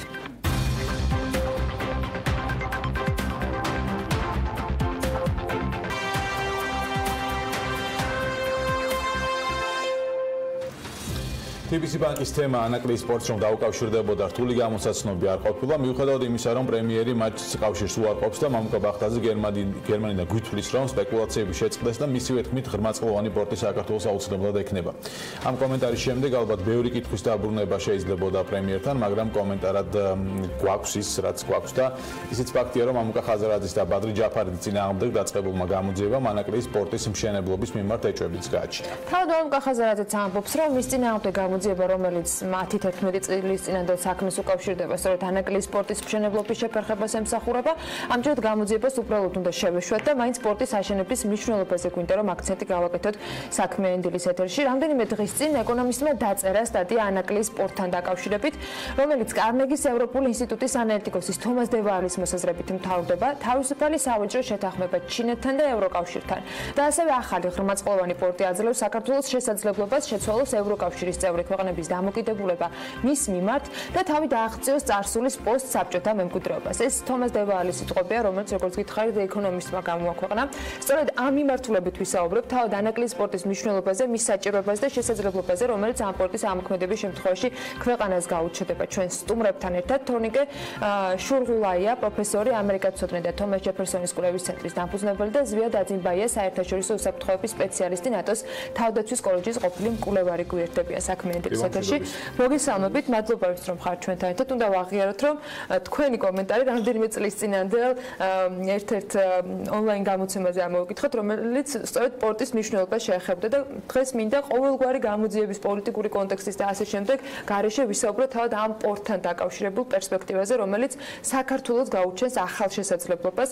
ერთი მხრივ ის, რომ კონტეინერების მიღების შესაძლებლობა იქნება უფრო დიდის და მეორე მაშინ, როდესაც საქართველოს არის ევროპისა და აზიის გზა გასაყარზე და შეგვიძლია ვთქვათ, რომ პრინციპში ტენდენცია არ კლების პორტების მიმართულებით, იმიტომ რომ ბევრი სხვა გზას პოულობენ, შეიძლება თუ არა დაებრუნოს საქართველოს შესაძლებლობა. რას ნიშნავს ანაკლიის ღრმაწყლოვანი პორტის არსებობა საქართველოსთვის მომავალში? ცოტა წინ რომ გადავიხედოთ, თქვენი გადმოსახედიდან რამდენად მნიშვნელოვანია ეს? დიამშვიდობით. მე ვფიქრობ, რომ ანაკლიის პორტი არის თავისთავად წინ გადახედული, წინ გადადგმული ნაბიჯი თავის არსში, იმიტომ რომ ეს არა მხოლოდ ეკონომიკური პროექტია, რომელიც თავისთავად ეკონომიკურად მოუტანს საქართველოს ძალიან დიდ ბენეფიტებს, როგორც საქართველოს შიდა თვალსაზრისით, ასევე მისი საერთაშორისო მნიშვნელობის თვალსაზრისით. ნუ ეკონომიკას რო გავცეთ, ასევე არის გეოპოლიტიკური და გეოეკონომიკური მნიშვნელობის პორტი, ძალიან მარტივად რო ვთქვათ, იმიტომ რომ დასავლეთსა და აღმოსავლეთ შორის ჩვენ როცა ვლაპარაკობთ საქართველოს რაღაც ისტორიული როლის აღდგენაზე ან ზუსტად არც ვიცი რა ნიშნავს ისტორიული როლის აღდგენა, მაგრამ თანამედროვე პირობებში თუ ვილაპარაკებთ, ანაკლიის პორტი არის ის, რაც საქართველოს საკუთარი თავის რეალიზების საშუალებას მისცემს ევრაზიის თვალსაზრისით, როგორც ასევე მთლიან ევროპაში, ჩრდილოეთ ამერიკასთან რატომ შეიძლება იყოს ევროპისთვის და აზიისათვის საინტერესო მაინც და მაინც საქართველოს გავლით და ამ პორტით, ღრმაწყლოვანი პორტით სარგებლობა? ნუ ღრმაწყლოვანი, იმიტომ რომ მეტი შესაძლებლობა ღრმაწყლოვან პორტს და შეუძლია დიდი მოცულობის ტვირთები მიიღოს, ამავდროულად აქ საუბარი არის თავისუფალ ინდუსტრიულ ზონაზე, ასევე საუბარი არის ბატონი ხაზარაძეს ლაპარაკობდა იმაზე, რომ აქ ამ პორტს უნდა ქონდეს თავისი კანონმდებლობა. ეს სანდობას გაზრდის როგორც ამ პორტის, ასევე ყველა ბიზნესის, რომელიც ამ პორტის გარშემო გაკეთდება. შესაბამისად და პლუს ამას უნდა დავუმატოთ საქართველოს თავისუფალი ვაჭრობის ხელშეკრულება ევროკავშირთან, ხო? დღესდღეობით საქართველოს თავისუფალი ვაჭრობის ხელშეკრულება გააჩნია ცხადია, მაგრამ ის არ არის ათვისებული, როგორც შეიძლება ის ათვისებული იყოს. შესაბამისად ამ პორტის ტერიტორიაზე დამზადებული ან შესაბამისად რაღაც გადამუშავებული პროდუქტი, როგორც გავა დანარჩენ მსოფლიოში ან მინიმუმ ევროკავშირის ბაზარზე, ან შეერთებულ შტატებთან თუ გვექნება და იმედი მაქვს გვექნება თავისუფალი ხელშეკრულება, ვაჭრობის ხელშეკრულება, ამ ბაზრებზე სწორედ დამზადებულია საქართველოს ხოლგის ქვეშ. მინიმუმ ამით ვარ საინტერესო, რომ გვაქვს ეს ხელშეკრულებები, თქვათ ევროკავშირთან, იგივე ჩინეთთან. აქვს თუ არა ანაკლიის პორტს, ასე ვთქვათ, ალტერნატივა? რა მნიშვნელობის არის ის? ჩვენს როდესაც საუბრობთ ჩვენს სატრანსპორტო და სავაჭრო ჰაბად ჩამოყალიბებაში საქართველოს. აი რა მნიშვნელობის არის ამ პროცესში ანაკლიის პორტი? 25% არის 100%-დან ათვისებული შავ ზღვაში. ანუ ეს ტვირთების მიღება, მათი უზრუნველყოფა, რაღაც სერვისი. აქედან გამომდინარე, საქართველოს კარგავს ძალიან დიდ შანსს, რომ უფრო მეტად დაიტვირთოს, როგორც სტრატეგიული სამხრეთ კავკასიაში სტრატეგიული სახელმწიფო, მაგრამ ჩვენ ვუყურებთ მხოლოდ მერკანტილისტურად. რატომღაც თომას ჯეფერსონის ცენტრი იკვლევს ინტერდისციპლინარულად აღნიშნულ საკითხს, რომ ეს უსაფრთხოების პრიზმიდან ეს არ არის მხოლოდ თავისუფალი ეკონომიკური ზონა, ან ლოჯისტიკური ჰაბი, ან კლასტერი ტურისტული, ეს არის მშვიდობის ზონა, უსაფრთხოების ჰაბი, აკადემიური ჰაბი შესაძლებელია მომავალ პერსპექტივაში, რადგან იქ არის მწვანე, ანუ green cities-ზე არის საუბარი, ასევე მოგახსენებათ, ეს არის ერთ-ერთი შესაძლებელია გახდეს მომავალში ობორის, ეს რასაც ქვია აბრეშუმის გზის, ერთ-ერთი ძალიან მნიშვნელოვანი, თუნდაც ხო არის 7 სარტყელი. აქედან გამომდინარე, ეს შეიძლება იყოს შუა სარტყელი, თუ ჩვენ ამას სტრატეგიულად შევხედავთ, რადგან ეს არის ისტორიული მნიშვნელოვანი პროექტი და არა მხოლოდ რაღაც ინტერესი, მერკანტილისტური და ბიზნეს ინტერესი, არა. ეს არის სტრატეგიული სახელმწიფო ინტერესი. თავდაცვის მექანიზმი, ზუსტად აი მშვიდობის, ჩვენ ხო ვართ ნეგატიური მშვიდობის ფაზაში, ომი რო არის, ეს არ ნიშნავს, რომ მშვიდობა. ჩვენ ხომ უნდა გადავიდეთ პოზიტიური მშვიდობის ფაზაში. აქედან გამომდინარე, უსაფრთხოებას ებმება მშვიდობა.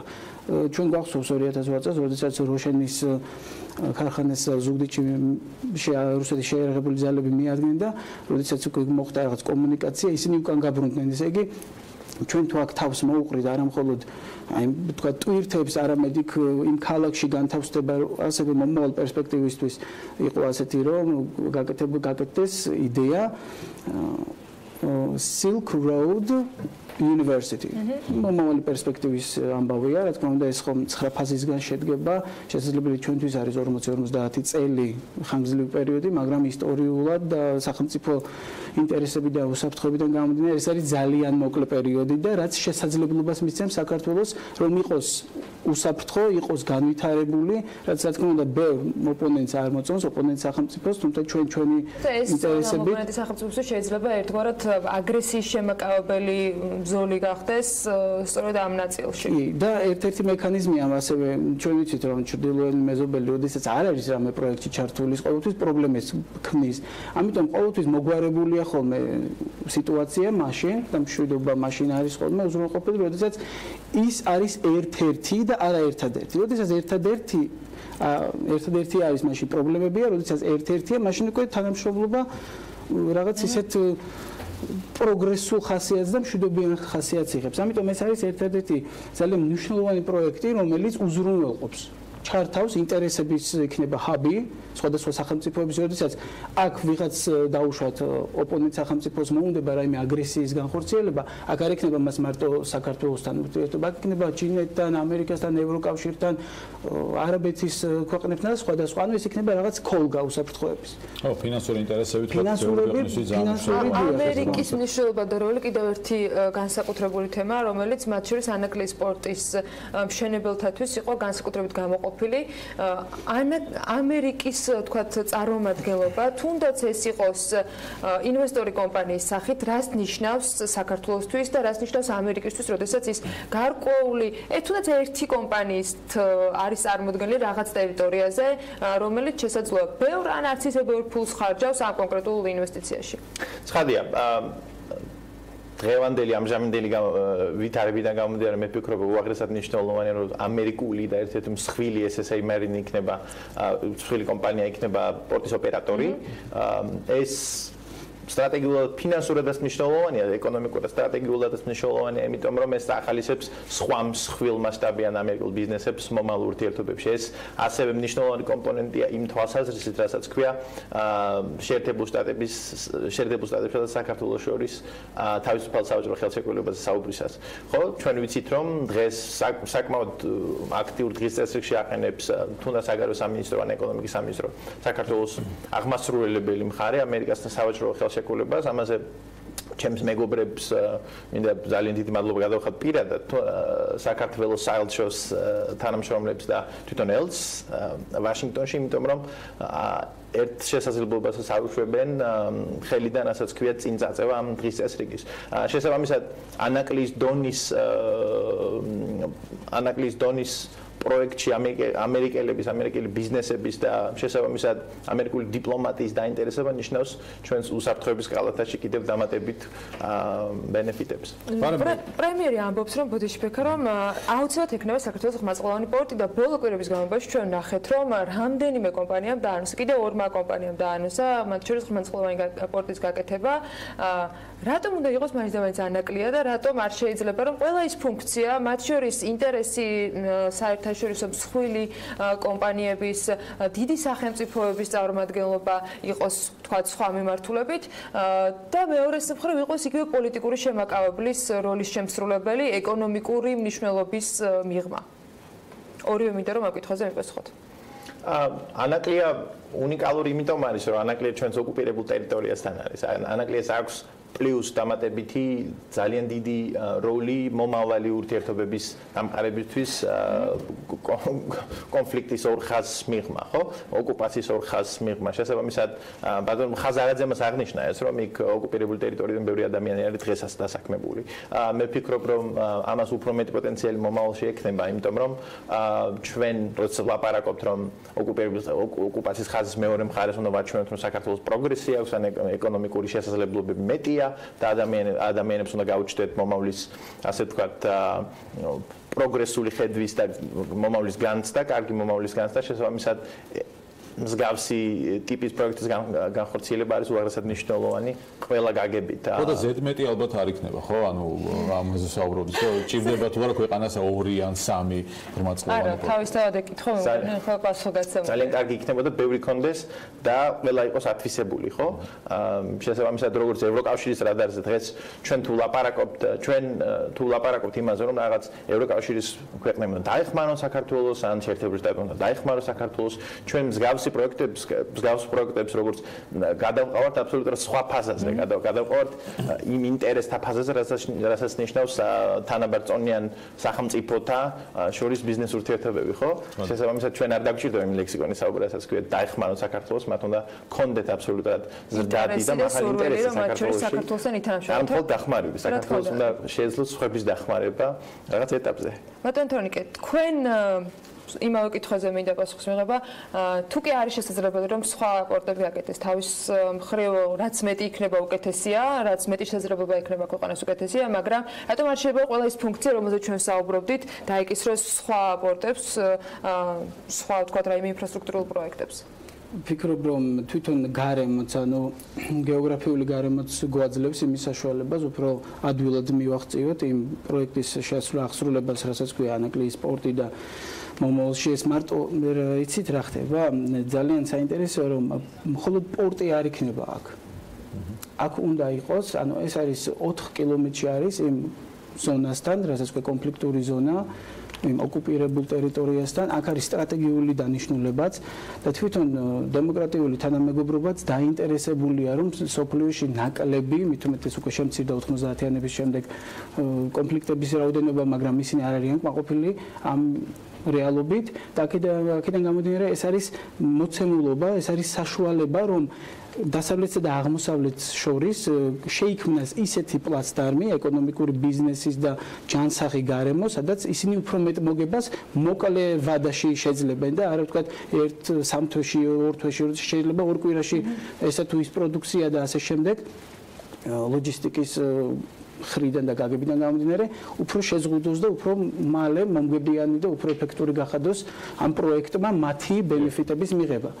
აქ არის ეს ინტერდისციპლინარული ზუსტად იმიტომ არის, რომ აქ არის როგორც უსაფრთხოება, ეკონომიკა, ამიტომ კონსოლიდაცია უნდა მოხდეს ბიზნეს სექტორის, სახელმწიფო სექტორის, არასამთავრობოების, რომ ეს პროექტი მივიდეს ბოლო ფაზაზე. რომ ამ პროექტს აუცილებლად წარმატებული მომავალი ექნება. მადლობა იმისთვის, რომ ხართ ჩვენთან ერთად.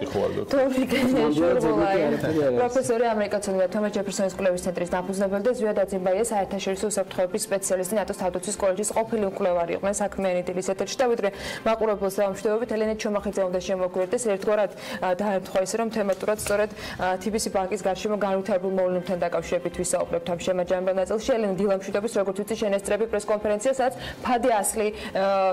რომელსაც ფადი ასლი მართავს, რა ხდება, რა თემაზე მიმდინარეობს საუბარი? ანა საერთაშორისო სავაჭრო პალატის თავმჯდომარემ ფადი ასლიმ დღევანდელი პრესკონფერენცია დაახლოებით 5 წუთის წინ დაიწყო და იგი ჟურნალისტების შეკითხვებს უპასუხებს, მას შემდეგ რაც გარკვეულ ფაქტებზე ისაუბრებს თიბისი ბანკის ირგვლივ განვითარებული მოვლენების შესახებ. მანამდე ჩვენ გვქონდა საშუალება რომ ფადი ასლის გავსაუბრებოდით მანამდე ვიდრე იგი დაიწყებდა პრესკონფერენციას, როგორც ირკვევაც საერთაშორისო სავაჭრო პალატის დღევანდელი შეხვედრის ძირითადი გზავნილი გახლავთ ის, რომ საერთაშორისო სავაჭრო პალატა მოუწოდებს მთავრობის წარმომადგენლებს შეწყვიტონ მიზანმიმართული თავდასხმები თიბისი ბანკის ხელმძღვანელობაზე, კონკრეტულად კი მამუკა ხაზარაძესა და ბადრი ჯაფარიძეზე განხორციელებული თავდასხმები. ასევე საერთაშორისო სავაჭრო პალატა მოუწოდებს ეროვნული ბანკის თავმჯდომარეს კობა გვენეტაძეს, რომ წინააღმდეგობა გაუწიოს ხელისუფლების ზეწოლას, ასეა ნათქვამი პალატის მიერ გავრცელებულ განცხადებაში, რათა კობა გვენეტაძემ შეინარჩუნოს ეროვნულ ბანკს დამოუკიდებლობა და ასევე შეინარჩუნოს საკუთარი ღირსება და რეპუტაცია. ასევე საერთაშორისო სავაჭრო პალატის განცხადებაში ნათქვამია, რომ თიბისი ბანკის ირგვლივ განვითარებულმა მოვლენებმა, ბოლო დღეების განმავლობაში განვითარებულმა მოვლენებმა უკვე ესე ვთქვათ ასახვაპოვა ჩვენი საქართველოს ბიზნეს გარემოსა და საინვესტიციო გარემოზე და აღნიშნული მოვლენები უარყოფითად დაისახა საქართველოსა და საქართველოს ფინანსური სექტორის სანდოობაზე. ასევე საერთაშორისო სავაჭრო პალატის მიერ გავრცელებულ გავრცელებულ განცხადებაში ნათქვამია, რომ თიბისი ბანკის სამეთვალყურეო საბჭოს თავმჯდომარესა და თავმჯდომარის მოადგილეზე კონცენტრირებული თავდასხმა ხორციელდება, როგორც მთავრობის სხვადასხვა სტრუქტურების მეშვეობით, მათ შორის გახლავთ პროკურატურა, ეროვნული ბანკი, შემოსავლების სამსახური და კიდევ რამდენიმე სამთავრობო სტრუქტურა, ასევე საერთაშორისო სავაჭრო პალატის მიერ გავრცელებულ განცხადებაში საუბარია, რომ აღნიშნული მიზანმიმართული თავდასხმები დაიწყო ბიძინა ივანიშვილის ინტერვიუს შემდეგ, რომელშიც მან საჯაროდ გააკრიტიკა თიბისი ბანკის სამეთვალყურეო საბჭოს თავმჯდომარე ბატონი მამუკა ხაზარაძე. ჩვენი მოსაზრებაა, რომ მსგავსი ქმედებები მთავრობის მხრიდან ივანიშვილის პირად დღის წესრიგში დგას, საუბარია განცხადებაში, როგორც თიბისი ბანკის, ასევე ანაკლიის პორტის განვითარებასთან დაკავშირებით. ასეთი განცხადება გავრცელდა და ასეთი შეფასებები გააკეთა დღეს პრესკონფერენციის დაწყებამდე ფადიასლიმ. ჩვენ ცხადია ვრჩებით პრესკონფერენციაზე და საშუალება გვექნება, რომ კითხვები დავუსვათ ფადიასლის თიბისი ბანკის ირგვლივ განვითარებულ მოვლენებზე და აუცილებლად უნდა დარჩეთ ესე ვთქვათ, ტემები პირველზე იმისათვის, რომ დღის განმავლობაში საქმის კურსის სხვადასხვა გამოშვებებში მოისმინოთ სწორედ ის შეფასებები, რაც გაკეთდება დღეს დღევანდელ პრესკონფერენციაზე. ელენე, ჩართვისთვის, რა თქმა უნდა, ყველა თემას სრულად ნახავს ჩვენი მკითხველი ვებგვერდზე BMG და მაყურებელი, რომელიც საქმის კურსის ეთერებს აუცილებლად მიადენებს თვალს CPK ბაციკაძის და ერთად. საქმე დილას ვასწრებთ, ბეთნიერ დღეს გიზრებ და ხვალ დილამდე გეშვიდებით.